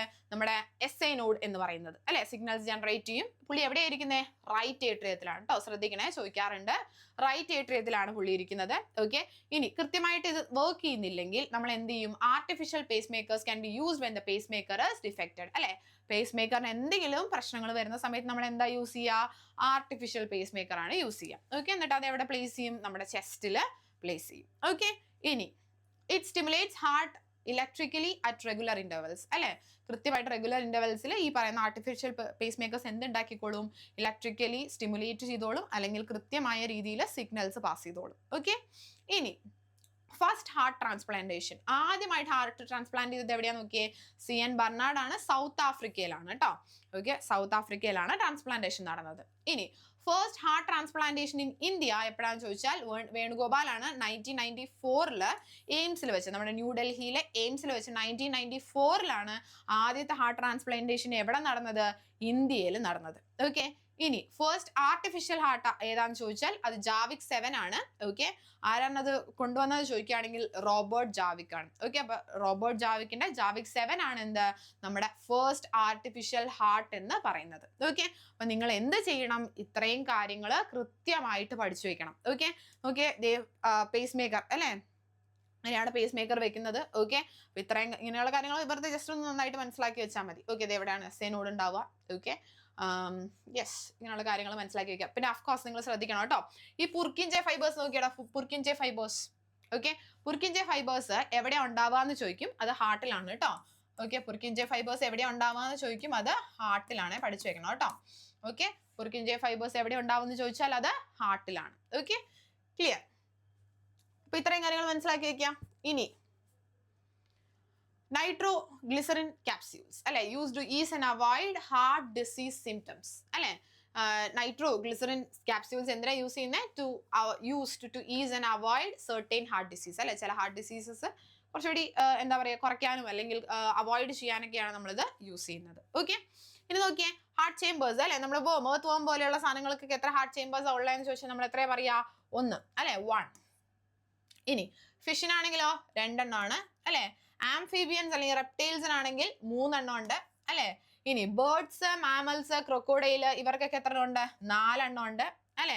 കോക്രോച്ചിന് 13 എണ്ണം ഉണ്ട്. നമുക്ക് തെറ്റുന്നത് ഇവിടെയാണ്. ഓക്കെ, അതായത് ക്രൊക്കോഡൈൽ എന്ന് പറയുമ്പോൾ നമ്മൾ യൂഷ്വലി ആംഫീബിയൻസ് അല്ലെങ്കിൽ റെപ്റ്റൈൽസ് ഒക്കെ വെച്ച് ആലോചിക്കും. ഓക്കെ, എന്നിട്ട് നമ്മൾ എന്ത് കൊടുക്കും? 3 എന്ന് കൊടുക്കും. പക്ഷെ അല്ല, ക്രൊക്കോഡൈലിന് എത്ര എണ്ണം ഉണ്ട്? 4 എണ്ണം ഉണ്ട് കേട്ടോ. ഓക്കെ, 4 ചേമ്പേഴ്സ് ആണ് ആർക്കുള്ളത്? ക്രൊക്കോഡൈലിനുള്ളത്. അത് മനസ്സിലാക്കി വെക്കണം, പഠിച്ചു വെക്കണം, ഇമ്പോർട്ടന്റ് ആണ്. ഓക്കെ, ഇനി ബ്ലഡ് വെസൽസ് അല്ലെ, ബ്ലഡ് വെസൽസ് നമുക്കറിയാലോ ഏതൊക്കെയാന്ന് കുറച്ച് നേരത്തെ നമ്മൾ കണ്ടു. ഓക്കെ, ഇപ്പൊ ബ്ലഡ് വെസൽസ് നമ്മൾ നോക്കുന്ന സമയത്ത് സ്റ്റഡി ഓഫ് ബ്ലഡ് വെസൽസ് ആണ് എന്ത്? ആൻജിയോളജി അല്ലെ. സ്റ്റഡി ഓഫ് ബ്ലഡ് വെസൽസ് ആണ് ആൻജിയോളജി. ഇത് ഓർത്ത് വെക്കാൻ നിങ്ങൾ ഇത്ര ആലോചിച്ചാൽ മതി. ആൻജിയോപ്ലാസ്റ്റി എല്ലാവരും കേട്ട് കാണും അല്ലെ. ബ്ലഡ് വെസൽ എന്തെങ്കിലും ബ്ലോക്ക് ഒക്കെ വരുന്ന സമയത്ത് നമ്മൾ ചെയ്യുന്നതാണ് ഏത്? ആൻജിയോപ്ലാസ്റ്റി അല്ലെ. അപ്പൊ അതിനെക്കുറിച്ച്, ആ ബ്ലഡ് വെസൽസിനെ കുറിച്ചുള്ള പഠനത്തിന് നമ്മൾ എന്ത് പറയും? ആൻജിയോളജി എന്ന് പറയും. ഓക്കെ, അപ്പൊ അത് വെച്ച് കണക്ട് ചെയ്ത് വെച്ചാൽ മതി. ആൻജിയോപ്ലാസ്റ്റി വെരി കോമൺ അല്ലെ, നമ്മൾ ഇഷ്ടം പോലെ തവണ കേട്ട് കാണും. ഓക്കെ, അപ്പൊ അത് വെച്ച് എന്ത് ചെയ്യുക? കണക്ട് ചെയ്ത് വെക്കുക. അപ്പൊ പെട്ടെന്ന് ഓർമ്മയുണ്ടാവും. ഓക്കെ, ഇനി അടുത്ത നോക്കിയേ, ആർട്ടറീസ് അല്ലെ. ആദ്യത്തെ ബ്ലഡ് വെസൽ നമുക്ക് എവിടെ നിന്ന് സ്റ്റാർട്ട് ചെയ്യാം? Arteries. Okay, first very important point ആണ് തിക്ക് വാൾഡ്. ഓക്കെ, ആർട്ടറീസ് എപ്പോഴും തിക്ക് വാൾഡ് ആയിരിക്കും. ഇതെന്താ ഇമ്പോർട്ടന്റ് ആവാൻ കാരണം എന്ന് പറഞ്ഞാൽ, ഇപ്പൊ ആർട്ടറീസിനെ കുറിച്ച് ഒരു സ്റ്റേറ്റ്മെന്റ് വരുവാണെങ്കിൽ ഓക്കെ, അവിടെ തിക്ക് വാൾഡിന് പകരം തിൻ വാൾഡ് എന്ന് കാണാൻ സാധ്യതയുണ്ട്. ഓക്കെ, തിക്ക് വാൾഡിന് പകരം എന്ത് കാണും? തിൻ വാൾഡ് എന്ന് കാണും. ഓക്കെ, അപ്പൊ അങ്ങനെയുള്ള സർട്ടൻ കണ്ടീഷൻസിൽ നമുക്ക് മനസ്സിലാക്കിയിരിക്കണം, നമ്മൾ അറിഞ്ഞിരിക്കണം എന്താണ്? തിൻ വാൾഡ് അല്ല, തിക്ക് വാൾഡ് ആണ് ആർട്ടറീസ് എന്നുള്ള കാര്യം നമ്മൾ അറിഞ്ഞിരിക്കണം. Okay, clear? ഇനി അടുത്ത നോക്കിയേ, it carries blood from the heart to body parts അല്ലെ. എന്താ ചെയ്യുന്നത്? ഹാർട്ടിൽ നിന്ന് ബോഡി പാർട്സിലോട്ട് എന്ത് ക്യാരി ചെയ്യൂടാ? ബ്ലഡ് ക്യാരി ചെയ്യും അല്ലെ. അപ്പൊ നമ്മൾ നോക്കിയേ, ഹാർട്ടിൽ നിന്ന് ബോഡി പാർട്സിലോട്ട് കൊടുക്കുകയാണ് അല്ലെ. ശ്രദ്ധിച്ചേ നിങ്ങൾ, ഹാർട്ടിൽ നിന്ന് ബോഡി പാർട്സിലോട്ട് കൊടുക്കുകയാണ്. കൊടുക്കുമ്പോൾ നമ്മൾ എപ്പോഴും എന്താ കൊടുക്കുക? പ്യോർ ആയിട്ടാണ് കൊടുക്കുക അല്ലെ. കൊടുക്കുമ്പോൾ നമ്മൾ എന്ത് ചെയ്യും? എപ്പോഴും പ്യോർ ആയിട്ട് കൊടുക്കും അല്ലെ. അപ്പൊ എന്താ ക്യാരി ചെയ്യുന്നത്? Pure blood. ഓക്കെ, നമ്മുടെ ഹാർട്ടിൽ നിന്നും ബ്ലഡ് ടിഷ്യൂസിലോട്ട് അല്ലെങ്കിൽ നമ്മുടെ ബോഡി ടിഷ്യൂസിലോട്ട് പ്യോർ ആയിട്ടുള്ള ബ്ലഡ് കൊടുക്കുകയാണ്. ഓക്കെ, കിട്ടിയോ? മനസ്സിലായോ? ഇനി എക്സെപ്ഷൻ ഉണ്ട്. ഓക്കെ, എല്ലായിടത്തും എന്തുണ്ട്? ഓരോ എക്സെപ്ഷൻസ് ഉണ്ടാവും അല്ലെ. എല്ലായിടത്തും എക്സെപ്ഷൻസ് ഉണ്ടാവും. ആ എക്സെപ്ഷൻസ് ആണ് പിന്നീട് വലിയ വലിയ വലിയ ചേഞ്ചസ് ഉണ്ടാക്കുന്നത് അല്ലെ. അപ്പൊ ഇവിടെയും എന്തുണ്ട്? ഒരു എക്സെപ്ഷൻ ഉണ്ട്. ആ എക്സെപ്ഷന്റെ പേരാണ് എന്ത്? Pulmonary artery. ഓക്കെ, അപ്പൊ എല്ലാ ആർട്ടറീസും അല്ലെ, എല്ലാ ആർട്ടറീസും എന്ത് ചെയ്യുന്നുണ്ട്? പ്യോർ ആയിട്ടുള്ള ബ്ലഡ് അല്ലെ ഹാർട്ടിൽ നിന്ന് ബാക്കി എല്ലാ ബോഡി പാർട്സിലോട്ട് കൊടുക്കുന്ന സമയത്ത് ഒരാൾ എന്ത് ചെയ്യുന്നുണ്ട്? വ്യത്യസ്തമായി ചിന്തിക്കുന്നുണ്ട് അല്ലെ. എല്ലാ ഗ്രൂപ്പിലും ഉണ്ടാവും ഒരു വ്യത്യസ്തമായി ചിന്തിക്കുന്ന ആള് അല്ലെ. എല്ലാവരും ഒരേ ഡയറക്ഷനിലോട്ട് പോകുമ്പോൾ അയാൾ എന്ത് ചെയ്യും? ഓപ്പോസിറ്റ് ഡയറക്ഷനിലോട്ട് പോകും അല്ലെ. ശ്രദ്ധിച്ചിട്ടില്ലേ നിങ്ങൾ? എല്ലാ സ്ഥലത്തും ആ ഒരു എക്സെപ്ഷൻ കേസ് ഉണ്ടാവും അല്ലെ. അവരെപ്പോഴും എന്ത് ചെയ്യും? എന്തെങ്കിലുമൊക്കെ ചേഞ്ചസ് ഇങ്ങനെ ഉണ്ടാക്കിക്കൊണ്ടേയിരിക്കും അല്ലെ. അപ്പൊ അതുപോലെ തന്നെ ഇവിടെയും ആരുണ്ട്? ഒരു എക്സെപ്ഷൻ ഉണ്ട്. ആ എക്സെപ്ഷന്റെ പേരാണടാ എന്ത്? പൾമണറി ആർട്ടറി അല്ലെ. ആ എക്സെപ്ഷന്റെ പേരാണ് പൾമണറി ആർട്ടറി. എല്ലാവരും പ്യോർ ബ്ലഡ് ക്യാരി ചെയ്യുമ്പോൾ പുള്ളി എന്ത് ചെയ്യും? പുള്ളിയും പ്യോർ ബ്ലഡ് ക്യാരി ചെയ്യും ഓക്കെ, അങ്ങനെ എല്ലാവരും ചെയ്യുന്ന പരിപാടി ഒന്നും ഞാൻ ചെയ്യൂല എന്ന് പറഞ്ഞിട്ട് നമ്മുടെ പൾമണറി ആർട്ടറി എന്ത് ചെയ്യും, എല്ലാവരും പ്യുവർ ബ്ലഡ് ക്യാരി ചെയ്യുമ്പോൾ പുള്ളി അങ്ങ് ഇംപ്യുവർ ബ്ലഡ് ക്യാരി ചെയ്യും. ഓക്കെ, അങ്ങനെ എല്ലാവരും ചെയ്യുന്ന പരിപാടി ഒന്നും ആര് ചെയ്യൂല, പൾമണറി ആർട്ടറി ചെയ്യൂല. ഓക്കെ, കിട്ടിയോ? അപ്പൊ എല്ലാവരും പ്യുവർ ആയിട്ടുള്ള സാധനം കൊടുക്കുമ്പോൾ പുള്ളി തിരിച്ച് ഇംപ്യുവർ ആയിട്ടുള്ള സാധനം കൊണ്ട് തിരിച്ചു വരും. ഓക്കെ, കിട്ടിയോ? യെസ്. അപ്പൊ നിങ്ങൾ ആലോചിക്കുക, ആർട്ടറി എന്ന് പറഞ്ഞ ഒരു വലിയ ഫാമിലി. ഓക്കെ, ഒരു വലിയ ഫാമിലിയാണ്. ആ ഫാമിലിയുടെ വീട്ടുപേരാണ് ആർട്ടറി എന്ന് വിചാരിക്കുക. ഓക്കെ, അപ്പൊ എല്ലാ ആർട്ടറിക്കാരും അല്ലെ, എല്ലാ ആർട്ടറിക്കാരും പ്യുവർ ബ്ലഡ് ആണ് എന്ത് ചെയ്യുന്നത്, ക്യാരി ചെയ്യുന്നത്. ഓക്കെ, അപ്പൊ അവിടെ ഒരു തലതെറിച്ച ഒരാളുണ്ടെന്ന് വിചാരിക്കുക, അയാളുടെ പേരാണ് എന്ത്, പൾമണറി ആർട്ടറി. ഓക്കെ, ഇവരൊക്കെ പ്യുവർ ആയിട്ടുള്ള കാര്യങ്ങൾ ചെയ്യുമ്പോൾ പുള്ളി മാത്രം എന്ത് ചെയ്യും, ഇംപ്യുവർ ആയിട്ടുള്ള കാര്യം ചെയ്യും. ഓക്കെ, അത്രയും ആലോചിച്ച് വെച്ചാൽ മതി. ക്ലിയർ അല്ലേ? ഇനി blood flows at high pressure and speed അല്ലെ, ആർട്ടറീസ് വഴി ബ്ലഡ് എന്താ ചെയ്യുന്നത്, ഹൈ പ്രഷറിലും നല്ല സ്പീഡിലും ആണ് എന്ത് ചെയ്യുന്നത്, ട്രാവൽ ചെയ്യുന്നത്. ഓക്കെ അല്ലെ, ഫ്ലോ ചെയ്യുന്നത്. ഓക്കെ, ജസ്റ്റ് മനസ്സിലാക്കി വെക്കുക കേട്ടോ. ഇനി നോ വാൾസ്. ഓക്കെ, ആ സ്ഥലത്ത് വാൾസ് ഇല്ല. ഓക്കെ, പിന്നെന്താ, ലാർജസ്റ്റ് ബ്ലഡ് വെസൽ അല്ലെങ്കിൽ ആർട്ടറി എന്ന് പറയുന്നത് അയോട്ടയാണ് കേട്ടോ. ഓക്കെ, ലാർജസ്റ്റ് ബ്ലഡ് വെസൽ അല്ലെങ്കിൽ ആർട്ടറി എന്ന് പറയുന്നത് അയോട്ടയാണ്. ഓക്കെ, അപ്പൊ ആർട്ടറീസിന് ഇടയിൽ വാൾവുകൾ ഇല്ല. പിന്നെ അതുപോലെ തന്നെ പറയുന്നത് എന്താണ്, ഏറ്റവും വലിയ ബ്ലഡ് വെസൽ അല്ലെങ്കിൽ ആർട്ടറി എന്ന് പറയുന്നത് നമ്മുടെ അയോട്ടയാണെന്നുള്ള കാര്യം മനസ്സിലാക്കി വെക്കാം. ഇനി കൊറോണറി ആർട്ടറീസ്. എന്താ കൊറോണറി ആർട്ടറീസ് നോക്കിയേ, carrying blood to the muscles of the heart അല്ലെ, നമ്മുടെ ഹാർട്ടിന്റെ മസിൽസിനും എന്ത് വേണം, ബ്ലഡ് വേണം അല്ലെ. പുള്ളിയാണ് ഈ പരിപാടിയൊക്കെ ചെയ്യുന്നതെന്നുണ്ടെങ്കിലും പുള്ളിക്ക് ആവശ്യമുള്ള സാധനം വേണമല്ലോ അല്ലെ. ഹാർട്ടാണ് ഈ ബ്ലഡ് ഒക്കെ എല്ലായിടത്തോട്ടും കൊടുക്കുന്നതെന്നുണ്ടെങ്കിലും ഹാർട്ടിനും ബ്ലഡ് വേണം അല്ലെ. അപ്പൊ ഹാർട്ടിന് ബ്ലഡ് കൊണ്ട് കൊടുക്കുന്നത് ആരാന്ന് ചോദിക്കുകയാണെങ്കിൽ അത് കൊറോണറി ആർട്ടറി ആണ്. ഓക്കെ, ഇനി ഈ കൊറോണറി ആർട്ടറിയിൽ എന്തെങ്കിലും ഒരു ഹിൻഡ്രൻസ് വരുവാണെങ്കിൽ അല്ലെങ്കിൽ എന്തെങ്കിലും വന്ന് ബ്ലോക്ക് ആവുകയാണെങ്കിൽ എന്ത് സംഭവിക്കും, ഹാർട്ട് അറ്റാക്ക് ഉണ്ടാവും. ഓക്കെ, മനസ്സിലാവുന്നുണ്ടോ? നോക്കിയത് എവിടെയൊക്കെയാണ് കേട്ടോ കൊറോണറി ആർട്ടറി കണ്ടോ, left coronary artery, right coronary artery. Okay, അപ്പൊ ഹാർട്ടിന്റെ മസിൽസിലോട്ട് അല്ലെങ്കിൽ ഹാർട്ടിന്റെ വാൾസിലോട്ട്, ഓക്കെ, ഹാർട്ടിന്റെ വാൾസിലോട്ട് നമ്മുടെ അല്ലെങ്കിൽ ഹാർട്ടിന്റെ മസിൽസിലോട്ട് ബ്ലഡ് ക്യാരി ചെയ്യുന്ന ആരാ ചോദിച്ചാൽ കൊറോണറി ആർട്ടറി ആണ്. ഓക്കെ, ഇതിൽ എന്തെങ്കിലും ഒരു ബ്ലോക്ക് വരുന്ന സമയത്ത് ഹാർട്ട് അറ്റാക്ക് ഉണ്ടാവും. ഇത്രയും കാര്യങ്ങൾ മനസ്സിലാക്കി വെക്കാം. ഇനി റീനൽ ആർട്ടറി എന്താ നോക്കിയേ, it carries blood from heart to kidneys. Okay, എന്താ ചെയ്യുന്ന റീനൽ ആർട്ടറി, നമ്മുടെ ബ്ലഡ് ഹാർട്ടിൽ നിന്ന് കിഡ്നീസിലോട്ട് കൊടുക്കും. അപ്പൊ കിഡ്നിക്ക് കൊടുക്കുന്നത് ആരാണ്, റീനൽ ആർട്ടറി ആണ്. ഹാർട്ടിന്റെ മസിൽസിലോട്ട് കൊടുക്കുന്നത് ആരാണ്, അത് കൊറോണറി ആർട്ടറി ആണ്. ഓക്കെ, ഇനി ആൻജിയോപ്ലാസ്റ്റി, നമ്മൾ നേരത്തെ പറഞ്ഞു removal of block in artery. Okay, അപ്പൊ ആർട്ടറി അല്ലെങ്കിൽ ബ്ലഡ് വെസലിലെ ബ്ലോക്ക് അല്ലെ, ആർട്ടറിയിലുള്ള ബ്ലോക്ക് റിമൂവ് ചെയ്യുന്നത് ഏത് വഴിയാണെന്ന് ചോദിച്ചാൽ ആൻജിയോപ്ലാസ്റ്റി വഴിയാണ്. ഓക്കെ, ഇതൊക്കെ നമുക്ക് അറിയുന്ന കാര്യങ്ങളാണ്. ഇനി വെയിൻസ്. ഓക്കെ, അപ്പൊ ആർട്ടറീസ് പഠിച്ചതിന് നേരെ ഓപ്പോസിറ്റ് ആയിരിക്കില്ലേടാ വെയിൻസ്, നമുക്കറിയാം അല്ലെ. ആർട്ടറീസ് പഠിച്ചതിന്റെ നേരെ ഓപ്പോസിറ്റ് ആണ് വെയിൻസ്. അപ്പൊ നോക്കിയേ, വെയിൻസ് എന്ന് പറയുന്നത് തിൻ വാൾഡ് ആണ്. ഓക്കെ, വെയിൻസ് എന്ന് പറയുന്നത് എന്താണ്, വളരെ തിൻ വാൾഡ് ആണ്. ഓക്കെ, ആർട്ടറീസ് എന്ന് പറയുമ്പോൾ തിക്ക് വാൾഡ് ആണ്. ഓക്കെ, ഇനി they carry blood from body parts to heart അല്ലെ, ബോഡി പാർട്സിൽ നിന്ന് ഹാർട്ടിലോട്ട് കൊടുക്കുവാണ് അല്ലെ, ഹാർട്ടിന് കൊണ്ടു കൊടുക്കുവാണ്. ഓക്കെ, അപ്പൊ നിങ്ങൾ ആലോചിച്ച് വെക്കുക, എപ്പോഴും പ്യുവർ ആയതിന് അല്ലെ, പ്യുവർ ആയത് തട്ടിക്കൊണ്ടുപോകാൻ കുറെ ആൾക്കാരുണ്ടാവും അല്ലെ, പ്യുവർ ആയിട്ടുള്ള സാധനം തട്ടിക്കൊണ്ടുപോകാൻ കുറെ ആൾക്കാരുണ്ടാവും അല്ലെ. അപ്പൊ അവർ തട്ടിക്കൊണ്ടു പോവാതിരിക്കാൻ നമ്മൾ എന്ത് ചെയ്യും, വളരെ സ്ട്രോങ് ആയിട്ടുള്ള വോളൊക്കെ വെച്ചിട്ട് അല്ലെ അതിനകത്ത് ഇട്ട് വെക്കും അല്ലെ. അപ്പൊ നമ്മുടെ കയ്യിൽ എന്തെങ്കിലും ആൾക്കാരുടെ അത്ര ഇമ്പോർട്ടൻ്റ് ആയിട്ട് പ്യുവർ ആയിട്ടുള്ള ഒരു സാധനം ഉണ്ടെങ്കിൽ നമ്മൾ എപ്പോഴും എന്താ ചെയ്യുക, അതിന് എന്തെങ്കിലുമൊക്കെ സ്ട്രോങ് ആയിട്ടുള്ള വോളൊക്കെ കിട്ടി അതിനകത്ത് എടുത്തു വെക്കും അല്ലെ. അപ്പൊ പ്യുവർ ആയിട്ടുള്ള സാധനങ്ങൾക്ക് പോകാൻ തിക്കായിട്ടുള്ള കവറിംഗ് ഉള്ള സാധനങ്ങൾ ഉണ്ടെങ്കിലേ നടക്കുള്ളൂ. ഓക്കെ, അപ്പൊ പ്യുവർ ബ്ലഡ് എന്ത് വഴി മാത്രമേ പോകുള്ളൂ, തിക്കായിട്ടുള്ള സ്ഥലങ്ങൾ വഴി മാത്രമേ പോകുള്ളൂ. അപ്പൊ പ്യുവർ ബ്ലഡ് പോകുന്ന ആർട്ടറീസ് എന്തായിരിക്കും, എപ്പോഴും വളരെ തിക്കായിരിക്കും. ഓക്കെ, ഇംപ്യുവർ ബ്ലഡ് പൊക്കോട്ടെ, ആരും വന്ന് എടുത്തുകൊണ്ട് പോകാനൊന്നും പോകുന്നില്ല, ഇംപ്യുവർ അല്ലേ അല്ലെ.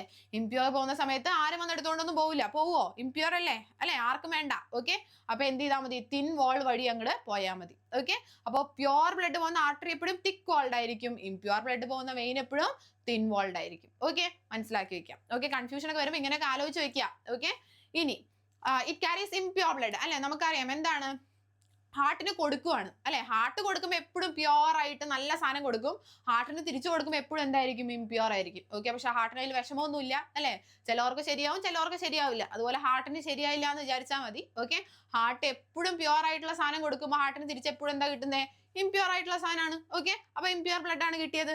മനസ്സിലാവുന്നുണ്ടോ? ഓക്കെ, ഇങ്ങനെയൊക്കെ ആലോചിച്ച് വെക്കണം, എന്നിട്ട് അവിടെ പോയിട്ട് എക്സാമിന് ഒന്നും തെറ്റിക്കരുത് കേട്ടോ.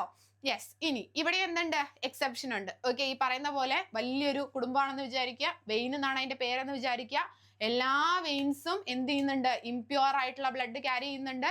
അപ്പൊ ഒരേ ഒരു വെയിൻ അവിടെ വ്യത്യസ്തമായി ചിന്തിച്ചു, ആ വെയിനിന്റെ പേരാണ് എന്ത്, പൾമണറി വെയിൻ. ഓക്കെ, അപ്പൊ എല്ലാ വെയിൻസും ഇംപ്യൂർ ബ്ലഡ് ക്യാരി ചെയ്തപ്പോ പൾമണറി വെയിൻ എന്ത് ചെയ്തൂടാ, it carries pure blood from lungs to heart. അല്ലെ, ലങ്സിൽ നിന്ന് ഹാർട്ടിലോട്ട് പ്യൂർ ആയിട്ടുള്ള ബ്ലഡ് ക്യാരി ചെയ്യാൻ ആര് പോയി, പൾമണറി വെയിൻ പോയി. ഓക്കെ, അപ്പോ എല്ലാ വെയിൻസും എന്താ ചെയ്യുന്നത്, ഇംപ്യൂർ ബ്ലഡ് ആണ് ക്യാരി ചെയ്യുന്നത്. അപ്പൊ ഒരു വെയിൻ മാത്രം അവിടെ മാറ്റി ചിന്തിച്ചു അല്ലെ, ആ വെയിൻ മാത്രം മാറ്റി ചിന്തിച്ച വെയിന്റെ പേരാണ് എന്ത്, പൾമണറി വെയിൻ. പൾമണറി വെയിൻ എന്താ ചെയ്യുന്നത്, it carries pure blood from heart to lungs to heart. Okay, കിട്ടിയില്ലേ, ഇത്രയും കാര്യം ക്ലിയർ അല്ലേ, മനസ്സിലായില്ലേ? Okay, yes.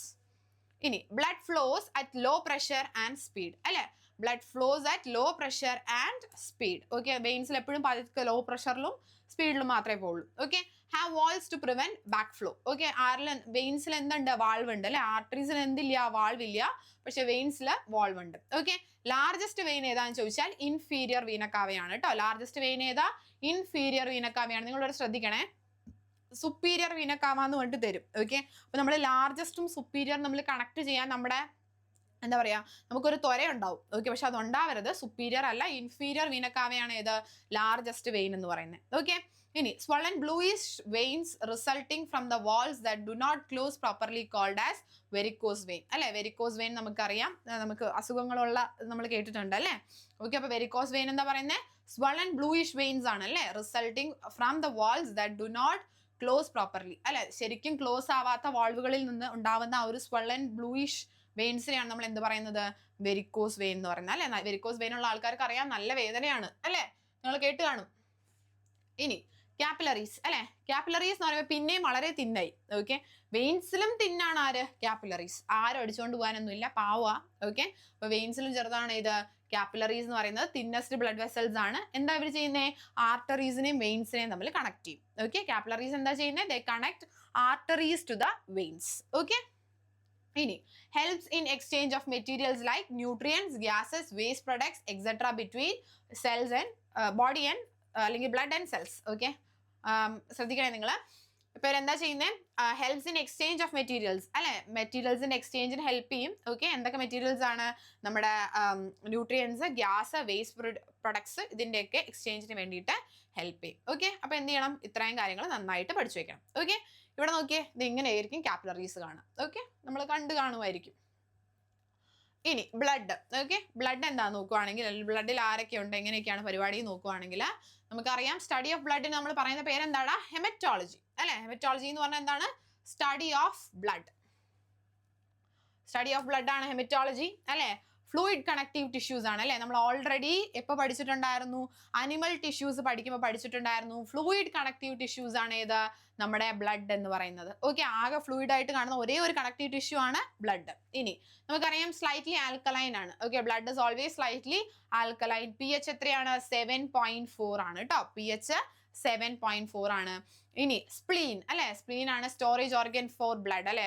ബ്ലഡിന്റെ സ്റ്റോറേജ് ഓർഗൻ എന്നറിയപ്പെടുന്നത് സ്പ്ലീൻ ആണ്. അതുപോലെ തന്നെ RBC ഒക്കെ പഠിക്കുമ്പോൾ നമുക്ക് ബാക്കി കാര്യങ്ങൾ പഠിക്കാം. ഓക്കെ, ഇനി ഈ ബ്ലഡിൽ ആരൊക്കെയുണ്ട്, ബ്ലഡ് കോർപ്പസൽസ് ഉണ്ട്, നമ്മുടെ RBC, WBC, പ്ലേറ്റ്ലെറ്റ്സ് അല്ലെ. ഇതിനെയാണ് നമ്മൾ ബ്ലഡ് കോർപ്പസൽസ് എന്ന് പറയുന്നത്. അതുപോലെ തന്നെ ആരുണ്ട്, പ്ലാസ്മ ഉണ്ട്. ഓക്കെ, അപ്പൊ blood is composed of blood corpuscles and plasma. Okay, ഇനി പ്യോർ ബ്ലഡ് അല്ലെ. പ്യോർ ബ്ലഡ് എന്ന് പറയുമ്പോൾ ബ്രൈറ്റ് റെഡ് ആയിരിക്കും. ഇംപ്യൂർ ആകുമ്പോൾ ചെറിയൊരു പേർപ്പിൾ, ഒരു ചെറിയ പേർപ്പിൾ കളറിലായിരിക്കും കാണുക. ഓക്കെ, മനസ്സിലാക്കി വെച്ചാൽ മതി കേട്ടോ. ഇനി വോളിയം ഇൻ അഡൽട്ട് അല്ലെ. ഒരു അഡൽട്ടിന് എത്ര ബ്ലഡ് ഏകദേശം, അല്ലെങ്കിൽ എത്ര ലിറ്റർ ബ്ലഡ് ഏകദേശം ഉണ്ടാവും എന്ന് നോക്കുവാണെങ്കിൽ 5 to 6 liters ബ്ലഡ് ആണ്. ഓക്കെ, അഡൽട്ടിന് എത്രയുണ്ട്, ഏകദേശം 5 to 6 liters ബ്ലഡ് ഉണ്ട്. Okay, 7 to 8% of total wait അല്ലെ. ടോട്ടൽ വെയിറ്റിന്റെ 7 തൊട്ട് 8% എന്ന് പറയുന്നത് ബ്ലഡ് ആണ്. ഓക്കെ, ഇനി amount of blood can be donated at one time 300 milliliter. Okay, കിട്ടുന്നുണ്ടോ, എത്ര ബ്ലഡ് നമുക്ക് വൺ ടൈം കൊടുക്കാൻ പറ്റുമെന്ന് ചോദിക്കുവാണെങ്കിൽ 300 ml ആണ് നമ്മൾ പറയുന്നത്. ചില ഹോസ്പിറ്റൽസിലൊക്കെ 350 ഒക്കെ എടുക്കാറുണ്ട്. ഓക്കെ, ഇനി functions of blood. Okay, functions of blood എന്ന് പറയുന്നത് ഇറ്റ് കൺട്രോൾ ടെമ്പറേച്ചർ അല്ലെ. ടെമ്പറേച്ചർ കൺട്രോൾ ചെയ്യും. നമുക്കറിയാം നമ്മുടെ നോർമൽ ടെമ്പറേച്ചർ എന്ന് പറയുന്നത് 98.4 ഫാരൻഹീറ്റ് അല്ലെങ്കിൽ 37 degree Celsius അടുത്താണ് വരുന്നത് അല്ലെ.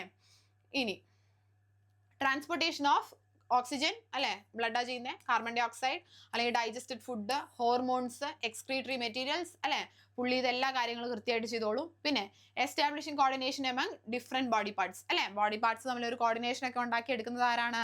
ബ്ലഡ് ആണ്. ഓക്കെ, ഇനി നാഷണൽ ബ്ലഡ് ഡൊണേഷൻ ഡേ എപ്പോഴാണെന്ന് ചോദിച്ചാൽ ഒക്ടോബർ 1-ാം തീയതിയാണ് കേട്ടോ. Okay, national blood donation day എന്ന് പറയുന്നത് ഒക്ടോബർ 1-ാം തീയതിയാണ്. നമുക്കറിയാം അതുപോലെ തന്നെ ബ്ലഡ് ഡൊണേറ്റ് ചെയ്യാം അല്ലെ, വളരെ നല്ല കാര്യമാണ് ബ്ലഡ് ഡൊണേഷൻ എന്ന് പറയുന്നത്. ഇനി people who leave at high altitudes have more blood than those who leave in law region അല്ലെ. നമുക്കറിയാം ലോ റീജിയനിൽ ജീവിക്കുന്ന ആൾക്കാരെക്കാട്ടിലും ഹൈ റീജിയനിൽ ജീവിക്കുന്ന ആൾക്കാർക്ക് കുറച്ച് എമൗണ്ട് ഓഫ് ബ്ലഡ് കൂടുതലായിരിക്കും. കാരണം എന്താ? Extra blood supplies additional oxygen to the body cells അല്ലെ. അപ്പോൾ അഡീഷണൽ ഓക്സിജൻ അവർക്ക് കിട്ടാൻ വേണ്ടിയിട്ടാണ് എന്ത് സംഭവിക്കുന്നത്? അവിടെ ഓൾറെഡി എമൗണ്ട് ഓഫ് ഓക്സിജൻ എന്ന് പറയുന്നത് കുറവായിരിക്കും അല്ലെ. അപ്പൊ അവർക്ക് അഡീഷണൽ ഓക്സിജൻ കിട്ടാൻ വേണ്ടിയിട്ടാണ് എക്സ്ട്രാ ബ്ലഡ് അവിടെ ഉള്ളത്. ഓക്കെ, ജസ്റ്റ് മനസ്സിലാക്കി വെച്ചാൽ മതി കേട്ടോ. ഓക്കെ അല്ലേ?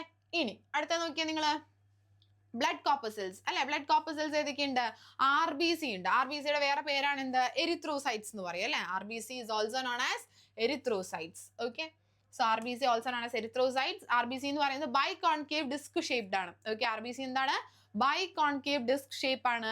ആൻഡ് ലൈഫ് സ്പാൻ എന്ന് പറയുന്നത് 120 ഡേയ്സ് ആണ്. ഓക്കെ, ലൈഫ് സ്പാൻ എന്ന് പറയുന്നത് 120 ഡേയ്സ് ആണ്. ഓക്കെ, അതുപോലെ തന്നെ എന്തില്ല? ന്യൂക്ലിയസ് ഇല്ല. ഓക്കെ, എന്തില്ല? ന്യൂക്ലിയസ് ഇല്ല കേട്ടോ. മനസ്സിലാക്കി വെക്കണേ. നമ്മൾ ഓൾറെഡി സെല്ലുകൾ പഠിച്ചിട്ടുണ്ടായിരുന്നു. ന്യൂക്ലിയസ് ഇല്ലാത്തത് ആർക്കാണ്? നമ്മുടെ RBCക്കാണ്. അവിടെ ഒരു എക്സെപ്ഷൻ ഉണ്ട് കേട്ടോ. ക്യാമൽ ആൻഡ് ലാമ. ലാമ എന്ന് പറയുന്നത് ഏകദേശം ഗോട്ട് പോലെയൊക്കെ ഇരിക്കും കാണാൻ. ഓക്കെ, ഒരു ആടിനെയൊക്കെ പോലെ ഇരിക്കും കാണാൻ. ഓക്കെ, ഷീപ്പിനെയൊക്കെ പോലെ. ഓക്കെ, അപ്പൊ അവർക്ക് മാത്രം, ക്യാമലിനും ലാമയ്ക്കും മാത്രം എന്തുണ്ട്? ന്യൂക്ലിയസ് ഉണ്ട്. ഓക്കെ, ബാക്കി ആർക്കും എന്തില്ല? ന്യൂക്ലിയസ് ഇല്ല. ഓക്കെ, ഇനി formed in red bone marrow അല്ലെ. എവിടെയാണ് നമ്മൾ RBC ഫോം ചെയ്യുന്നത്? ബോൺ മാരോയിലാണ് അല്ലെ. Embryonic stage RBC formed in liver അല്ലെ.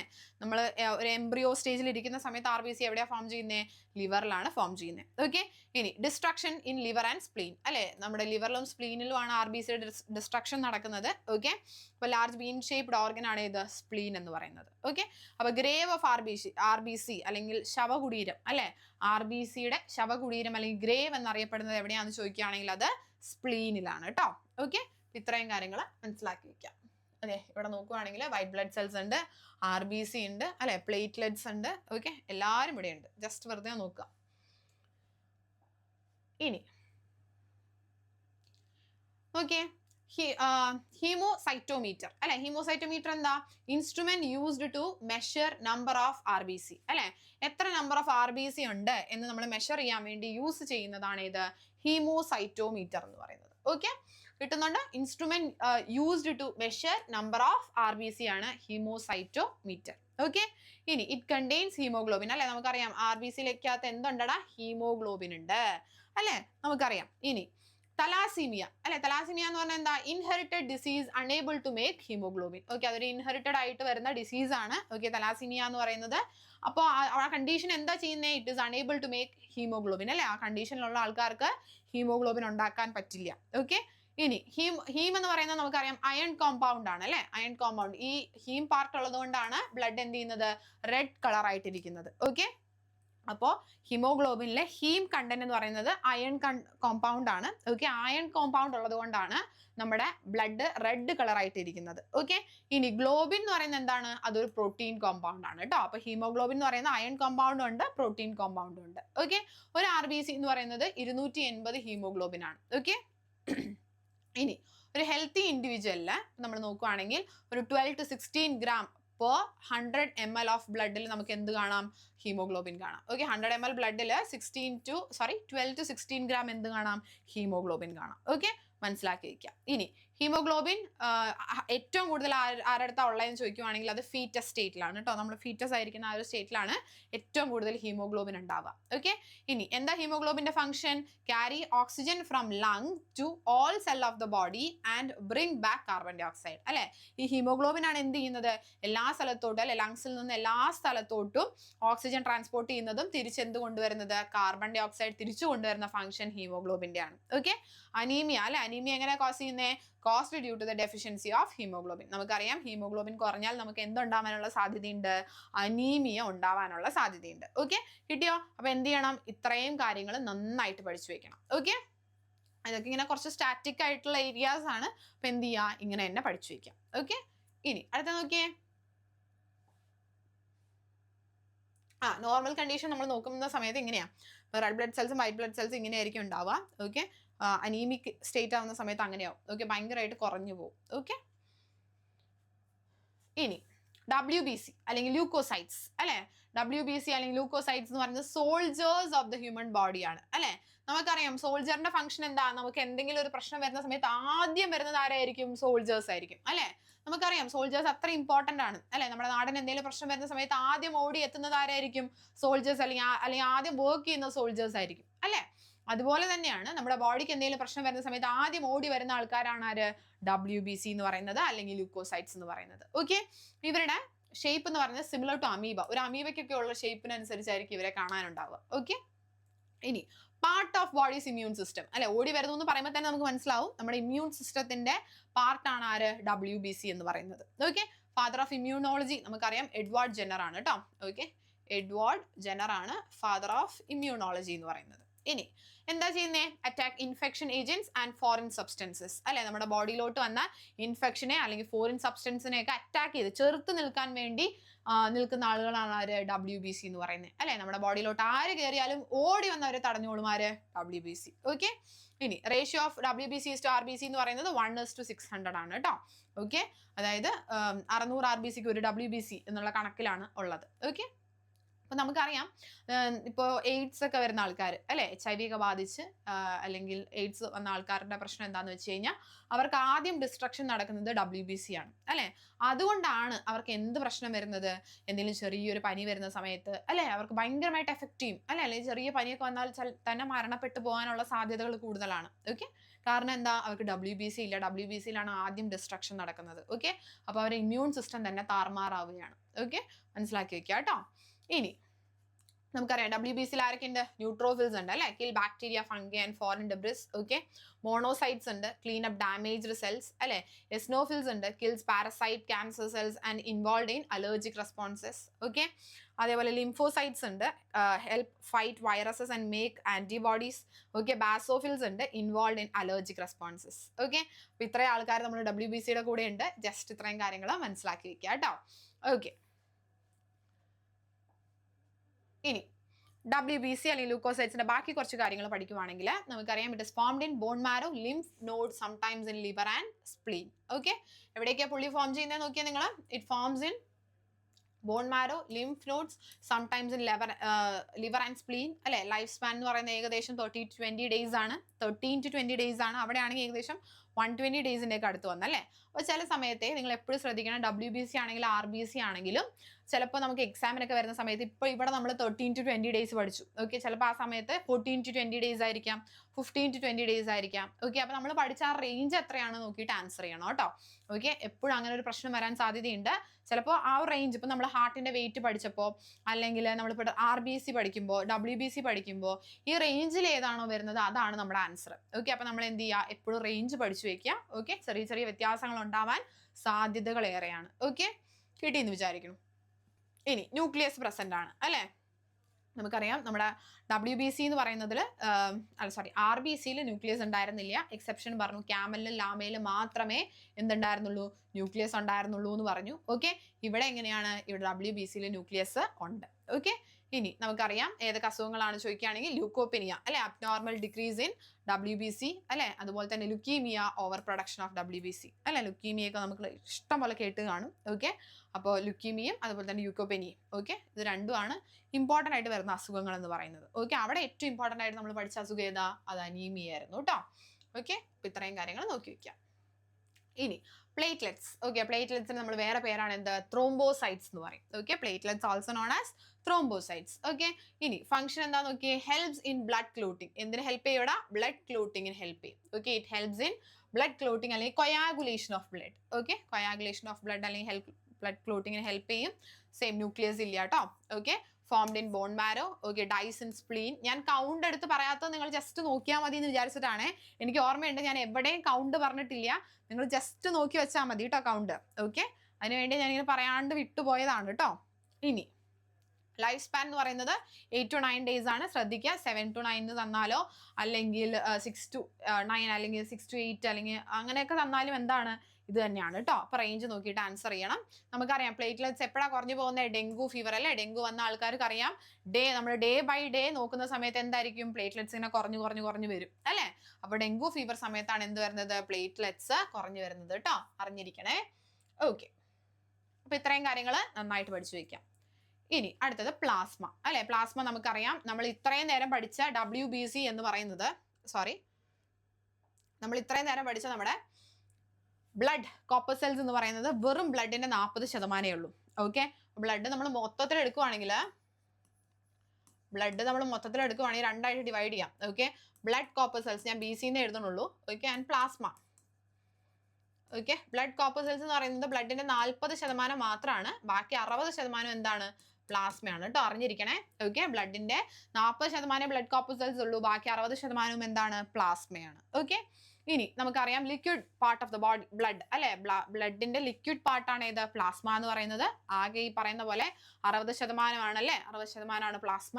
ഈ 60%-ൽ 90% വെള്ളമാണ്. ഓക്കെ, പ്ലാസ്മയുടെ 90% വെള്ളമാണ്, 7% പ്രോട്ടീൻ ആണ്, 0.9% സോൾട്ട് ആണ്, 0.1% ഗ്ലൂക്കോസ് ആണ്. ഓക്കെ, അപ്പൊ ഇത്രയും കാര്യങ്ങൾ ജസ്റ്റ് മനസ്സിലാക്കി വെക്കുക കേട്ടോ. ഇങ്ങനെ എടുത്തു ചോദിക്കൊന്നുമില്ല എത്ര % വെള്ളമുണ്ട് അല്ലെങ്കിൽ എത്ര % പ്രോട്ടീൻ ഉണ്ട്, അങ്ങനെ ചോദിക്കില്ല. പക്ഷെ എന്ത് ചെയ്യണം, നമ്മൾ മനസ്സിലാക്കി വെക്കണം. ഓക്കെ, ഇനി പുള്ളിയുടെ ഫംഗ്ഷൻ എന്താ നോക്കിയേ, ട്രാൻസ്പോർട്ടേഷൻ ഓഫ് ഡൈജസ്റ്റഡ് ഫുഡ് അല്ലെ, digested food, hormones, excretory products, okay, from one part of the body to another part of the body. Okay, ഒരു part of body യിൽ നിന്ന് വേറെ part of body യിലേക്ക് digested foodും ഹോർമോൺസും excretory products ഒക്കെ കൊണ്ട് കൊടുക്കുന്നതാണ് നമ്മുടെ പ്ലാസ്മയുടെ പണി എന്ന് പറയുന്നത്. ഓക്കെ, ഇനി പ്ലാസ്മ പ്രോട്ടീൻ അല്ലേ, നമുക്ക് 3 plasma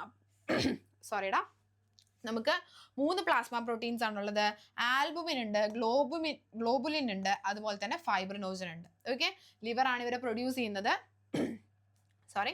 albumin, globulin, fibrinogen. Okay, important ആണ് കേട്ടോ. ഇതിൽ ഏറ്റവും ഇമ്പോർട്ടൻ്റ് ആയിട്ടുള്ള ആളാണ് ഫൈബ്രിനോജൻ. ഓക്കെ, ഫൈബ്രിനോജൻ ഇമ്പോർട്ടൻ്റ് ആവാനുള്ള കാരണം എന്താ, fibrinogen helps in blood clotting. Okay, fibrinogen helps in blood clotting. Okay, ആൽബുമിനും ഗ്ലോബുമിനും പഠിച്ചു വെക്കണം. ഫൈബ്രിനോജൻ ആണ് ഏറ്റവും ഇമ്പോർട്ടൻ്റ്, അല്ലെങ്കിൽ ഫിബ്രിനോജൻ, നിങ്ങൾ എങ്ങനെയാണോ പ്രൊണൗൺസ് ചെയ്യുന്നത് അങ്ങനെ പ്രൊണൗൺസ് ചെയ്യുക കേട്ടോ. Okay, so it helps in blood clotting. Okay, അപ്പോൾ നിങ്ങൾ ശ്രദ്ധിച്ചേ, നമ്മളോട് ചോദിക്കുവാണ് vitamin which helps in blood clotting ചോദിക്കുവാണെങ്കിൽ നമുക്കറിയാം വിറ്റമിൻ K ആണ് അല്ലേ. വൈറ്റമിൻ K ആണ് എന്തിനു ഹെൽപ്പ് ചെയ്യുന്നത്, ബ്ലഡ് ക്ലോട്ടിങ്ങിന് ഹെൽപ്പ് ചെയ്യുന്നത്. ഓക്കെ, ഇനി protein which helps in blood clotting ആണ് ക്വസ്റ്റൻ എന്നുണ്ടെങ്കിൽ എന്താ പറയുക, നമ്മൾ പറയും ഫൈബ്രിനോജൻ ആണ്. Okay, protein which helps in blood clotting ഏതാണെന്ന് ചോദിച്ചാൽ അത് ഫൈബ്രിനോജൻ ആണ്. ഓക്കെ, ഏതിന്റെ പ്രോട്ടീൻ ആണ്, പ്ലാസ്മ പ്രോട്ടീൻ ആണ് കേട്ടോ. ഓക്കെ, പ്ലാസ്മ പ്രോട്ടീൻ ആണ്. ഇനി സെറം നോക്കിയേ, when fibrinogen and protein is extracted out of plasma, remaining plasma is called serum. Okay, ഫൈബ്രിനോജനും പ്രോട്ടീനും ഒക്കെ നമ്മുടെ പ്ലാസ്മയിൽ നിന്ന് എടുത്തു കഴിഞ്ഞാൽ ആ ബാക്കിയുള്ള ഒരു പ്ലാസ്മ ഉണ്ടല്ലോ, ബാക്കിയുള്ള സംഭവം ഉണ്ടല്ലോ, അതിനെയാണ് നമ്മൾ സെറം എന്ന് പറയുന്നത്. ഓക്കെ, മനസ്സിലായോ? പ്ലാസ്മയിൽ നിന്ന് നമ്മൾ ഫൈബ്രിനോജൻ അല്ലെങ്കിൽ ബാക്കിയുള്ള പ്രോട്ടീൻ ഒക്കെ എടുത്തു കഴിഞ്ഞാൽ ബാക്കി എന്താണോ ഉള്ളത്, ബാക്കിയുള്ള ലിക്വിഡിനെയാണ് നമ്മൾ എന്ത് പറയുന്നത്, സെറം എന്ന് പറയുന്നത്. ഓക്കെ, മനസ്സിലാക്കി വെക്കണം കേട്ടോ. ഇനി അടുത്ത നോക്കിയേ, blood circulation. Okay, blood circulation ആരാണ് ഡിസ്കവർ ചെയ്തത് എന്ന് നമ്മളോട് ചോദിച്ചാൽ നമ്മൾ എന്ത് പറയും, ബ്ലഡ് സർക്കുലേഷൻ ഡിസ്കവർ ചെയ്തത് വില്യം ഹാർവേ ആണ്. Okay, blood circulation was discovered by William Harvey. നമുക്ക് ഡബിൾ സർക്കുലേഷൻ ആണ്. ഓക്കെ, അതായത് ഇൻ മാമൽസ് അല്ലെ, മാമൽസിൽ നമുക്ക് ഡബിൾ സർക്കുലേഷൻ ആണ്. Blood have to cross 2 times from heart before circulating throughout the body അല്ലെ. ബോഡിയിലോട്ട് എത്തുന്നതിന് മുന്നേ ഹാർട്ടിൽ തന്നെ എന്ത് സംഭവിക്കുന്നുണ്ട്, 2 തവണ ബ്ലഡ് സർക്കുലേറ്റ് ചെയ്യുന്നുണ്ട്. ഓക്കെ, അപ്പൊ അതിനെയാണ് നമ്മൾ എന്ത് പറയുന്നത്, ഡബിൾ സർക്കുലേഷൻ എന്ന് പറയുന്നത്. ഓക്കെ, ഇനി നമുക്കറിയാം റൈറ്റ് ഏട്രിയം എന്താ ചെയ്യുന്നത്, റിസീവ്സ് ഇംപ്യൂർ ബ്ലഡ് അല്ലെ. ഏട്രിയം എന്താ ചെയ്യുന്നത്, റിസീവ് ചെയ്യാണ് അല്ലെ, ഇംപ്യൂർ ബ്ലഡ് റിസീവ് ചെയ്യാണ്. Okay, superior and inferior vena cava from body parts. Okay, അപ്പൊ നിങ്ങൾ ഇത്രയും മനസ്സിലാക്കി വെക്കുക. റൈറ്റ് ഏട്രിയം എന്ത് ചെയ്യും, it receives pure blood through superior and inferior vena cava from the body parts. Okay, അപ്പൊ നിങ്ങളിവിടെ നോക്കാം, ഇവിടെ സുപ്പീരിയർ വീന കാവയുണ്ട്, സുപ്പീരിയർ ഇൻഫീരിയർ വീന കാവാസ് ഉണ്ട്. ഓക്കെ, അവരെന്ത് ചെയ്യും, അവരിങ്ങനെ ഇംപ്യൂർ ആയിട്ടുള്ള ബ്ലഡ്. ഓക്കെ, ഈ വീന കാവ എന്ന് പറയുമ്പോൾ എന്താടാ, വെയിൻസ് ആണ് അല്ലെ. വീനക്കാവ എന്ന് പറയുമ്പോൾ എന്താണ്, വെയിൻസ് ആണ്. വെയിൻസ് എന്താ ചെയ്യുന്നത്, ബോഡി ടിഷ്യൂസിൽ നിന്ന് ഹാർട്ടിലോട്ട് ഇംപ്യൂർ ബ്ലഡ് തരും അല്ലെ. അപ്പൊ ഈ പറയുന്ന സുപ്പീരിയർ ഇൻഫീരിയർ വീന കാവ ഇവിടെ നിന്ന് ഇങ്ങനെ എന്താ തരുന്നത്, ഇംപ്യൂർ ആയിട്ടുള്ള ബ്ലഡ് തരികയാണ്. ഓക്കെ, എന്നിട്ട് ഇംപ്യൂർ ആയിട്ടുള്ള ബ്ലഡ് നേരെ എവിടെ എത്തും, റൈറ്റ് ഏട്രിയത്തിലോട്ട് എത്തും. ഓക്കെ, അതാണ് എന്ത് ഫസ്റ്റ് സ്റ്റെപ്പ് എന്ന് പറയുന്നത്. ഓക്കെ, റൈറ്റ് ഏട്രിയത്തിലോട്ട് എത്തി. ഇനി അടുത്ത സ്റ്റെപ്പ് നോക്കാം. ഗോസ് ടു റൈറ്റ് വെൻട്രിക്കിൾ അല്ലെ. അങ്ങനെ റൈറ്റ് ഏട്രിയത്തിൽ എത്തിയ സാധനം എന്ത് ചെയ്യും, റൈറ്റ് ഏട്രിയത്തിൽ എത്തിയ നമ്മുടെ സാധനം നേരെ എങ്ങോട്ട് പോകും, അതിന്റെ താഴെയുള്ള റൈറ്റ് വെൻട്രിക്കിളിലോട്ട് പോകും അല്ലെ. റൈറ്റ് വെൻട്രിക്കിളിലോട്ട് പോകും. അതിന്റെ ഇടയിൽ ഇവിടെ ആരുണ്ട്, ട്രൈകസ്പിഡ് വാൾവ് ഉണ്ട് കേട്ടോ. അപ്പൊ അത് തുറന്നിട്ട് റൈറ്റ് വെൻട്രിക്കിളിലോട്ട് പോകും. ഓക്കെ, ഇനി എന്താ നോക്കുന്നത്, ഇനി എന്താ ചെയ്യുന്നത് നോക്കിയേ. Pulmonary artery carry to lung for purification അല്ലെ. പൾമണറി ആർട്ടറി അല്ലേ, ഇവിടെ നിന്ന് എന്ത് ചെയ്യും, പൾമണറി ആർട്ടറി നേരെ അതിനെ എങ്ങോട്ട് കൊണ്ടുപോകുന്നത്, എവിടെയുണ്ട് കേട്ടോ, ഈ വഴി നേരെ എങ്ങോട്ട് കൊണ്ടുപോകും, ഇങ്ങനെ പൾമണറി ആർട്ടറി കൊണ്ടുപോവാണ്. ഓക്കെ, എന്താ ചെയ്യുന്നത്, pulmonary artery carry to lung for purification അല്ലെ, ലങ്സിലോട്ട് പ്യൂരിഫിക്കേഷൻ കൊണ്ടുപോവാണ്. ഓക്കെ, അതായത് CO2 ഉള്ള ബ്ലഡിനെ അല്ലെ, ഈ പോകുന്നത് CO2 ഉള്ള ബ്ലഡ് ആണ് അല്ലെ, ഇതിങ്ങനെ കൊണ്ടുപോയിട്ട് O2 ഉള്ള ബ്ലഡിനെ തിരിച്ചു കൊണ്ടുവരും. ഓക്കെ, O2 ഉള്ള ബ്ലഡിനെ തിരിച്ചു കൊണ്ടുവരും. ഇനി അടുത്തത് പൾമണറി വെയിൻ. ഓക്കെ, വെയിൻ്റെ സ്പെല്ലിംഗ് തെറ്റിപ്പോയി കേട്ടോ. Okay, pulmonary vein collects purified blood from lungs അല്ലെ. അപ്പൊ തിരിച്ച് O2 ഉള്ള ബ്ലഡിനെ ആര് കൊണ്ടുവരികയാണ്, നമ്മുടെ വെയിൻ കൊണ്ടുവരികയാണ്. ഓക്കെ, വെയിൻ എന്ത് ചെയ്യാണ്, O2 ഉള്ള ബ്ലഡിനെ നമ്മുടെ ലങ്സിൽ നിന്ന് കൊണ്ടുവരികയാണ്. ഓക്കെ, എന്നിട്ട് പുള്ളി എന്താ ചെയ്യുന്നത്, it goes to left atrium. Okay, നേരെ എങ്ങോട്ട് പോവാണ്, ലെഫ്റ്റ് ഏട്രിയത്തിലോട്ട് പോവാണ്. എന്നിട്ട് ലെഫ്റ്റ് വെൻട്രിക്കിളിലോട്ട് പോവാണ്. ഓക്കെ, എന്നിട്ട് എന്ത് ചെയ്യാണ്, aorta carry pure blood to body parts. Okay, aorta എന്ത് ചെയ്യാണ്, പ്യുവർ ബ്ലഡിനെ ബോഡി പാർട്സിലോട്ട് ക്യാരി ചെയ്യാണ്. ഓക്കെ, കിട്ടിയോ, മനസ്സിലാവുന്നുണ്ടോ, ക്ലിയർ അല്ലേ. ഓക്കെ, അയോട്ട എന്നിട്ട് എല്ലാ ബോഡി പാർട്സിലോട്ടും പ്യുവർ ആയിട്ടുള്ള ബ്ലഡിനെ കൊടുക്കും. ഓക്കെ, ക്ലിയർ, മനസ്സിലായില്ലേ, ഡൗട്ട് ഒന്നും ഇല്ലല്ലോ. യെസ്, ഇനി അടുത്തലോട്ട് പോയല്ലോ. അയോട്ട എന്ന് പറയുമ്പോൾ നമുക്കറിയാം എന്താണ് അയോട്ട, ആർട്ടറി ആണ് അല്ലെ, ആർട്ടറീസ് ആണ് അയോട്ട എന്ന് പറയുന്നത്. ഇനി ബ്ലഡ് ക്ലോട്ടിങ് എങ്ങനെയാണ് നടക്കുന്നത് നോക്കുകയാണെങ്കിൽ, ഇപ്പൊ നമ്മളിവിടെ നോക്കുന്ന സമയത്ത് ഇഞ്ചേർഡ് ആയിട്ടുള്ള ടിഷ്യൂസ്. ഓക്കെ, ഇഞ്ചേർഡ് ആയിട്ടുള്ള ടിഷ്യൂസ് എന്ത് ചെയ്യുന്നറിയോ, ഒരു ടിഷ്യൂ ഇഞ്ചോർ ആവുന്ന സമയത്ത് പ്ലേറ്റ്ലെറ്റ്സ് ആക്ടിവേറ്റഡ് ആവും. ഓക്കെ, പ്ലേറ്റ്ലെറ്റ്സ് ആക്ടിവേറ്റഡ് ആവും. അതുപോലെ തന്നെ ഇഞ്ചോർ ടിഷ്യൂ എന്ത് പ്രൊഡ്യൂസ് ചെയ്യുന്നറിയോ, ത്രോംബോപ്ലാസ്റ്റിൻ പ്രൊഡ്യൂസ് ചെയ്യും. ഓക്കെ, കിട്ടുന്നുണ്ടോ, ഇഞ്ചോർ ടിഷ്യൂ ത്രോംബോപ്ലാസ്റ്റിൻ റിലീസ് ചെയ്യും. അതുപോലെ തന്നെ പ്ലേറ്റ്ലെറ്റ്സ് എന്ത് ചെയ്യും, പ്ലേറ്റ്ലെറ്റ്സ് ഡീജനറേറ്റ് ചെയ്തിട്ട് പ്ലേറ്റ്ലെറ്റ് ഫാക്ടർ 3 എന്ന് പറഞ്ഞിട്ടൊരു സംഭവം പ്രൊഡ്യൂസ് ചെയ്യും. ഓക്കെ, നിങ്ങൾ ജസ്റ്റ് മനസ്സിലാക്കിയിരുന്നത്, ഭയങ്കര ഡീപ്പായിട്ട് പോകണ്ട. ഓക്കെ, ഇഞ്ചോർ ടിഷ്യൂസ് പ്ലേറ്റ്ലെറ്റ്സിനെ ആക്ടിവേറ്റ് ആക്കും. അതുപോലെ തന്നെ എന്ത് റിലീസ് ചെയ്യും, ത്രോംബോപ്ലാസ്റ്റിൻ റിലീസ് ചെയ്യും. ഓക്കെ, ഈ പ്ലേറ്റ്ലെറ്റ്സ് ഡീജനറേറ്റ് ചെയ്തിട്ട് പ്ലേറ്റ്ലെറ്റ് ഫാക്ടറും ഫോം ചെയ്യും. ഓക്കെ, എന്നിട്ട് ഇത് രണ്ടും കാൽഷ്യത്തിന്റെയും അതുപോലെ CA+ അതുപോലെ തന്നെ നമ്മുടെ പ്രോട്ടീൻ്റെയും റെസൻസിൽ ത്രോംബോകൈനേസ് ആയിട്ട് ഫോം ചെയ്യും. ഓക്കെ, കിട്ടുന്നുണ്ടോ, അതായത് ഇഞ്ചോർ ടിഷ്യൂ എന്ത് ചെയ്യാണ്, പ്ലേറ്റ്ലെറ്റ്സിനെ ആക്ടിവേറ്റ് ചെയ്യാണ്. അതുപോലെ തന്നെ ത്രോംബോപ്ലാസ്റ്റിൻ റിലീസ് ചെയ്യാണ്. ഓക്കെ, പ്ലേറ്റ്ലെറ്റ്സ് ഡീജനറേറ്റ് ചെയ്തിട്ട് പ്ലേറ്റ്ലെറ്റ് ഫാക്ടർ ഫോം ചെയ്യാണ്. ഇത് രണ്ടും കാൽഷ്യത്തിന്റെയും പ്രോട്ടീന്റെയും പ്രസൻസിൽ ത്രോംബോകൈനേസ് ആയിട്ട് ഫോം ചെയ്യാണ്. ഓക്കെ, ഇനി ഈ പറയുന്ന ത്രോംബോകൈനേസ് അല്ലെങ്കിൽ പ്രോത്തോർബിൻ, നമ്മുടെ പ്ലാസ്മയിൽ പ്രോത്രോംബിൻ എന്ന് പറഞ്ഞിട്ടൊരു സംഭവം ഉണ്ട്. ഓക്കെ, അത് ഈ പറയുന്ന പോലെ കാൽഷ്യത്തിന്റെയും വിറ്റമിൻ കെയുടെയും പ്രസൻസിൽ എന്താക്കും, ത്രോംബിനായി ഫോം ചെയ്യും. ഓക്കെ, അപ്പൊ ഈ ത്രോംബോകൈനേസ് എന്ന് പറഞ്ഞാൽ ഇവിടെ നോക്കണേ, ത്രോംബോകൈനേസ് എന്ന് പറഞ്ഞാൽ ബ്ലഡ് ക്ലോട്ടിങ്ങിന് നമുക്ക് അത്ര ഇമ്പോർട്ടന്റ് ആയിട്ടുള്ള ഒരു സംഭവമാണ്. ത്രോംബോകൈനേസ് ഫോം ചെയ്തിട്ട് പിന്നീടാണ് എന്ത് സംഭവിക്കുന്നത്, പ്രോട്ടീൻ ക്ലോട്ട് ചെയ്യുന്നത്. ഓക്കെ, ത്രോംബോകൈനേസ് ഫോം ചെയ്തിട്ട് പിന്നെ എന്ത് ചെയ്യും, അങ്ങനെ പ്രോട്ടീൻ അല്ല, ബ്ലഡ് ക്ലോട്ട് ചെയ്യുന്നത് കേട്ടോ. ഓക്കെ, ത്രോംബോകൈനേസ് ഫോം ചെയ്തിട്ട് ബ്ലഡ് അങ്ങനെ ക്ലോട്ട് ചെയ്യും, അതാണ് ഫോർമേഷൻ. ഇവിടെ അതുപോലെ തന്നെ പ്ലാസ്മ എന്ത് ചെയ്യും, പ്രോത്തോർബിൻ ഉണ്ടാക്കും. ഓക്കെ, അല്ലെങ്കിൽ പ്ലാസ്മയിൽ പ്രോത്തോർബിൻ ഉണ്ട്.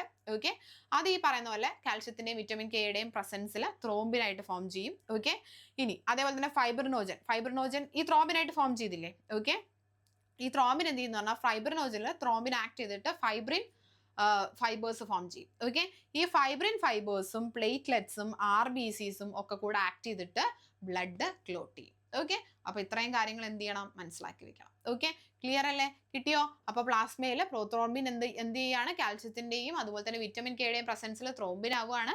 ഈ ത്രോംബിൻ നേരെ നമ്മുടെ ഫൈബ്രിനോജനിൽ ആക്ട് ചെയ്തിട്ട് ഫൈബ്രിൻ ഫൈബേഴ്സ് ആവുകയാണ്. ഓക്കെ, ഈ ഫൈബ്രിൻ ഫൈബേഴ്സും RBCയും പ്ലേറ്റ്ലെറ്റ്സും എല്ലാം കൂടെ ആക്ട് ചെയ്തിട്ട് ബ്ലഡ് ക്ലോട്ട് ചെയ്യാണ്. ഓക്കെ, അപ്പൊ കാര്യങ്ങൾ എന്ത് ചെയ്യണം, ഇത്രയും കാര്യങ്ങൾ നന്നായിട്ട് മനസ്സിലാക്കി വെക്കണം. ഇത്രയും കാര്യങ്ങൾ ഇമ്പോർട്ടൻ്റ് ആണ്. ഓക്കെ, ഇനി BP അല്ലെങ്കിൽ ബ്ലഡ് പ്രഷർ അല്ലെ, നമുക്കറിയാം pressure created by blood on the walls of the blood vessel due to the repeat pumping of heart അല്ലെ. റിപ്പീറ്റഡ് ആയിട്ട് പമ്പിങ് അല്ലെ കോൺട്രാക്ഷൻ റിലാക്സേഷൻ ഇങ്ങനെ നടന്നുകൊണ്ട് ഇരിക്കുകയാണ് അല്ലെ. അപ്പൊ ആ സമയത്ത് ഒരു പ്രഷർ ക്രിയേറ്റ് ചെയ്യും അല്ലെ, ബ്ലഡ് ഒരു പ്രഷർ ക്രിയേറ്റ് ചെയ്യും. ഏതിന്റെ വാളുകളിലാണ് ക്രിയേറ്റ് ചെയ്യുന്നത്? നമ്മുടെ ബ്ലഡ് വെസൽസിലാണ് അത് ക്രിയേറ്റ് ചെയ്യുന്നത്. ഓക്കെ, അപ്പൊ അതിനെയാണ് നമ്മൾ എന്ത് പറയുന്നത്? BP എന്ന് പറയുന്നത് അല്ലെ. അങ്ങനെ ബ്ലഡ് ക്രിയേറ്റ് ചെയ്യുന്ന പ്രഷറിനെയാണ് നമ്മൾ BP എന്ന് പറയുന്നത്. അത് എവിടെയാണ് മെഷർ ചെയ്യുന്നത്? BP എന്ത് വെച്ചാൽ മെഷർ ചെയ്യുന്നത്? സിഗ്മോ മാനോമീറ്റർ വെച്ചിട്ടാണ് മെഷർ ചെയ്യുന്നത് അല്ലെ.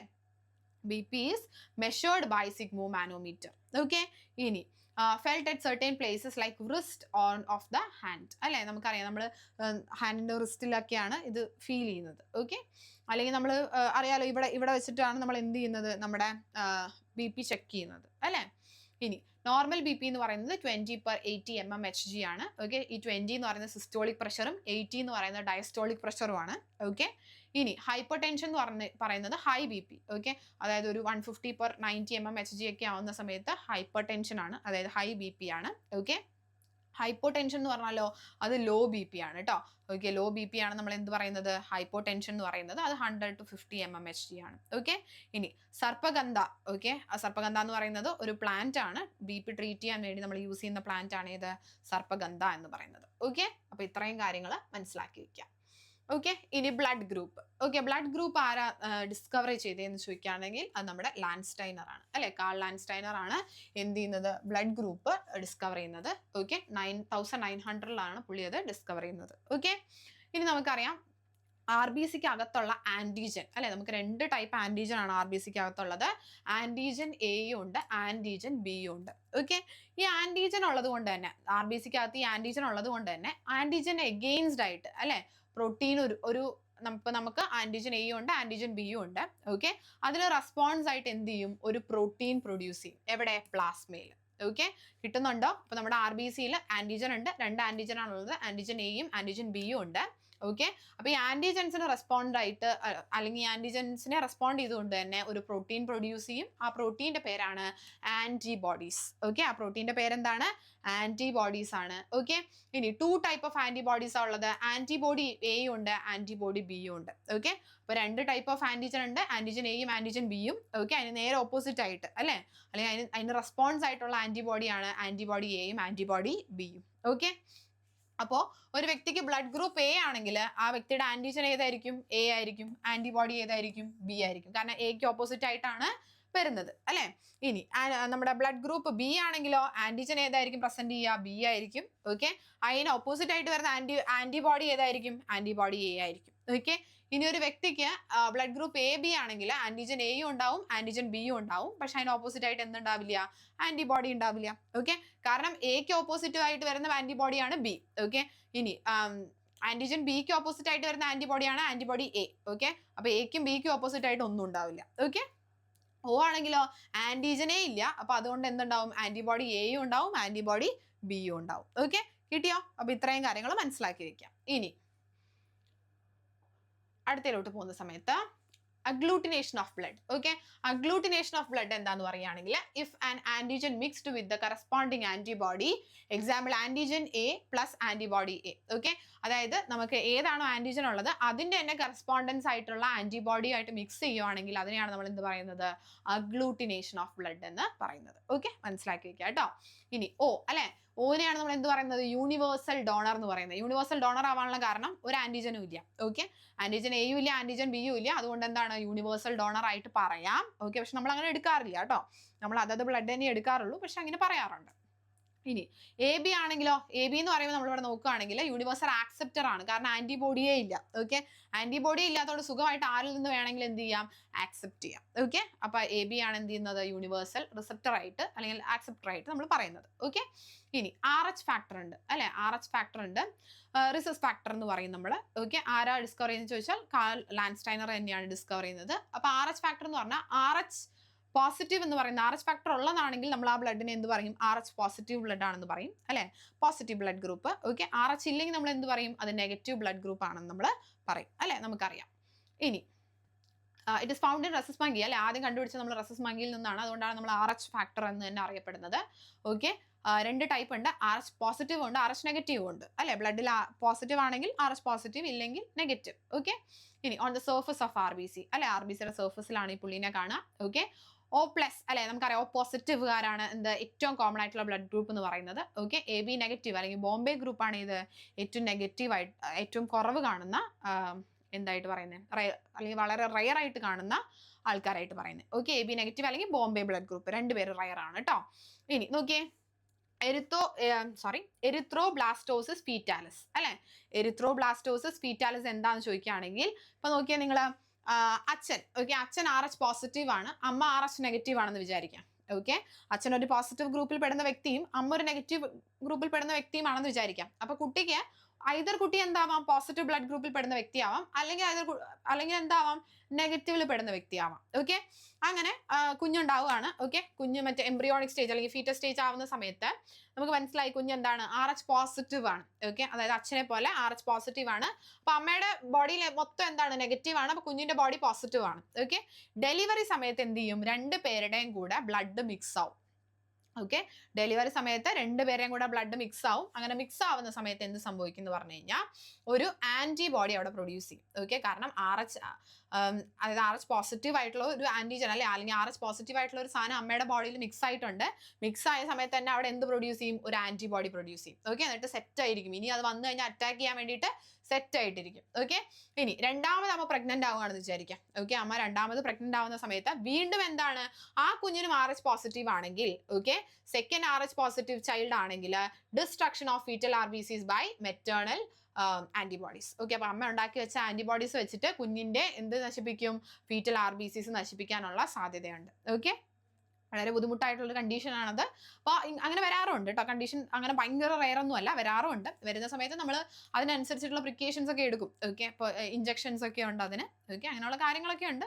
ജസ്റ്റ് ഇതാണെന്ന് മനസ്സിലാക്കിയിരുന്നാൽ മതി കേട്ടോ നിങ്ങൾ. അപ്പൊ എറിത്രോബ്ലാസ്റ്റിസ് ഫീറ്റാലിസ് എന്താണെന്ന് ചോദിക്കുകയാണെങ്കിൽ, if mother's blood is RH negative and baby is RH positive, it will affect second baby if it's blood is RH positive. Okay, രണ്ടാമത്തെ കുട്ടിയും RH പോസിറ്റീവ് ആണെങ്കിൽ അതിനെ എഫക്ട് ചെയ്യാനുള്ള സാധ്യതകൾ കൂടുതലാണ്. ഓക്കെ, ഇനി ബ്ലഡ് ഗ്രൂപ്പ് അല്ലെ, എങ്ങനെ ബ്ലഡ് ഗ്രൂപ്പ് ഉണ്ടാവാൻ സാധ്യതയുണ്ട്? ഇപ്പൊ അച്ഛനും അമ്മയും O ആണെങ്കിൽ കുട്ടി ഓട്ടോമാറ്റിക്കലി O പോസിറ്റീവ് അല്ലെ, O ആയിരിക്കും. പോസിറ്റീവ് എന്ന് ഞാൻ പറയുന്നില്ല, O ആയിരിക്കും. ഓക്കെ, ഇനി ഒരാൾ Oയും ഒരാൾ Aയും ആണെങ്കിൽ കുട്ടിക്ക് O ആവാനും A ആവാനും സാധ്യതയുണ്ട് അല്ലെ. അതേപോലെ Oയും Bയും ആണെങ്കിൽ O ആവാനും B ആവാനും സാധ്യതയുണ്ട് അല്ലെ. Oയും ABയും ആണെങ്കിലോ A അല്ലെങ്കിൽ B ആവാനാണ് സാധ്യത കൂടുതൽ കേട്ടോ. ഓക്കെ, Oയും AB ആവുകയാണെങ്കിൽ A അല്ലെങ്കിൽ B ആവാനുള്ള സാധ്യതയാണ് കൂടുതൽ. രണ്ടുപേരും A ആണെങ്കിൽ A അല്ലെങ്കിൽ O ആവാൻ സാധ്യതയുണ്ട്. ഓക്കെ, രണ്ടുപേരും AB ആണെങ്കിൽ A ഉണ്ടാവാൻ സാധ്യതയുണ്ട്, അല്ലെങ്കിൽ B ആവാൻ സാധ്യതയുണ്ട്, AB ആവാൻ സാധ്യതയുണ്ട്, അല്ലെങ്കിൽ O ആവാനും സാധ്യതയുണ്ട്. ഓക്കെ, ഇനി ഇതേപോലെ തന്നെ ഒരാൾ Aയും ഒരാൾ ABയും ആണെങ്കിൽ A ആവാനും സാധ്യതയുണ്ട്, B ആവാനും സാധ്യതയുണ്ട്, AB ആവാനും സാധ്യതയുണ്ട്. ഓക്കെ, രണ്ടുപേരും B ആണെങ്കിൽ B ആവാനോ അല്ലെങ്കിൽ O ആവാനോ സാധ്യതയുണ്ട്. ഓക്കെ, ഇനി ഒരാൾ Aയും ഒരാൾ ABയും ആണെങ്കിൽ A ആവാൻ അല്ലെങ്കിൽ B ആവാൻ അല്ലെങ്കിൽ AB ആവാൻ സാധ്യതയുണ്ട്. ഓക്കെ, രണ്ടുപേരും AB ആണെങ്കിൽ A അല്ലെങ്കിൽ B അല്ലെങ്കിൽ AB ആവാൻ സാധ്യതയുണ്ട്. ഓക്കെ, അപ്പൊ ഇത്രയും കാര്യങ്ങൾ എന്ത് ചെയ്യണം, മനസ്സിലാക്കി വെക്കണം. ഇതൊന്നും ഒരുപാട് ഡീറ്റെയിൽ ആയിട്ട് പോകണ്ട, ഇതൊന്നും അങ്ങനെ എടുത്ത് ചോദിക്കാറില്ല, അതുകൊണ്ടാണ് ഞാൻ ഒരുപാട് എക്സ്പ്ലെയിൻ ചെയ്യാത്തത്. ഓക്കെ, ജസ്റ്റ് മനസ്സിലാക്കി മാത്രം വെച്ചാൽ മതി. അങ്ങനെ ഇങ്ങനൊന്നും നമ്മളോട് ക്വസ്റ്റ്യൻസ് അങ്ങനെ ഒരുപാടൊന്നും ചോദിക്കില്ല. ഓക്കെ, അപ്പൊ ജസ്റ്റ് കാര്യങ്ങളൊന്ന് മനസ്സിലാക്കി വെക്കുക കേട്ടോ. ഒരുപാട് ഡീപ്പായിട്ട് പോകണ്ട, അല്ലെങ്കിൽ തന്നെ ഒരുപാട് ഡീപ്പായിട്ട് പോകാൻ നമുക്ക് കുറേ സംഭവങ്ങളുണ്ട്. ഓക്കെ, അപ്പൊ അത് നമുക്ക് ഒരുപാട് ഡീറ്റെയിൽ ആയിട്ട് പോവാം. അപ്പൊ ഈ കാര്യങ്ങൾ എന്ത് ചെയ്യുക, ജസ്റ്റ് മനസ്സിലാക്കി വെച്ചാൽ മതി കേട്ടോ. ഓക്കെ, അപ്പോൾ ഒന്നും മനസ്സിലായില്ലെങ്കിൽ അല്ലെങ്കിൽ എവിടെയെങ്കിലുമൊക്കെ കൺഫ്യൂഷൻസ് ഒക്കെ വരുന്നുണ്ട്, ഇടയ്ക്കിടയ്ക്ക് മനസ്സിലാവുന്നില്ല എന്നൊക്കെ ഉണ്ടെങ്കിൽ ഒന്നുകൂടെ വീഡിയോ നന്നായിട്ട് കണ്ടു നോക്കുക. ഓക്കെ, ഒന്നുകൂടെ നന്നായിട്ട് പഠിക്കുക, പിന്നെ നന്നായിട്ട് റിവൈസ് ചെയ്യുക. ഇതൊക്കെ പെട്ടെന്ന് മറന്നു പോകാൻ സാധ്യതയുണ്ട്. ഓക്കെ, അപ്പോൾ നന്നായിട്ട് റിവൈസ് ചെയ്യുക, എന്നിട്ട് നന്നായിട്ട് പഠിക്കുക. Okay, all the best, bye bye, അടുത്ത ക്ലാസ്സിൽ കാണാം കേട്ടോ. ഓക്കെ.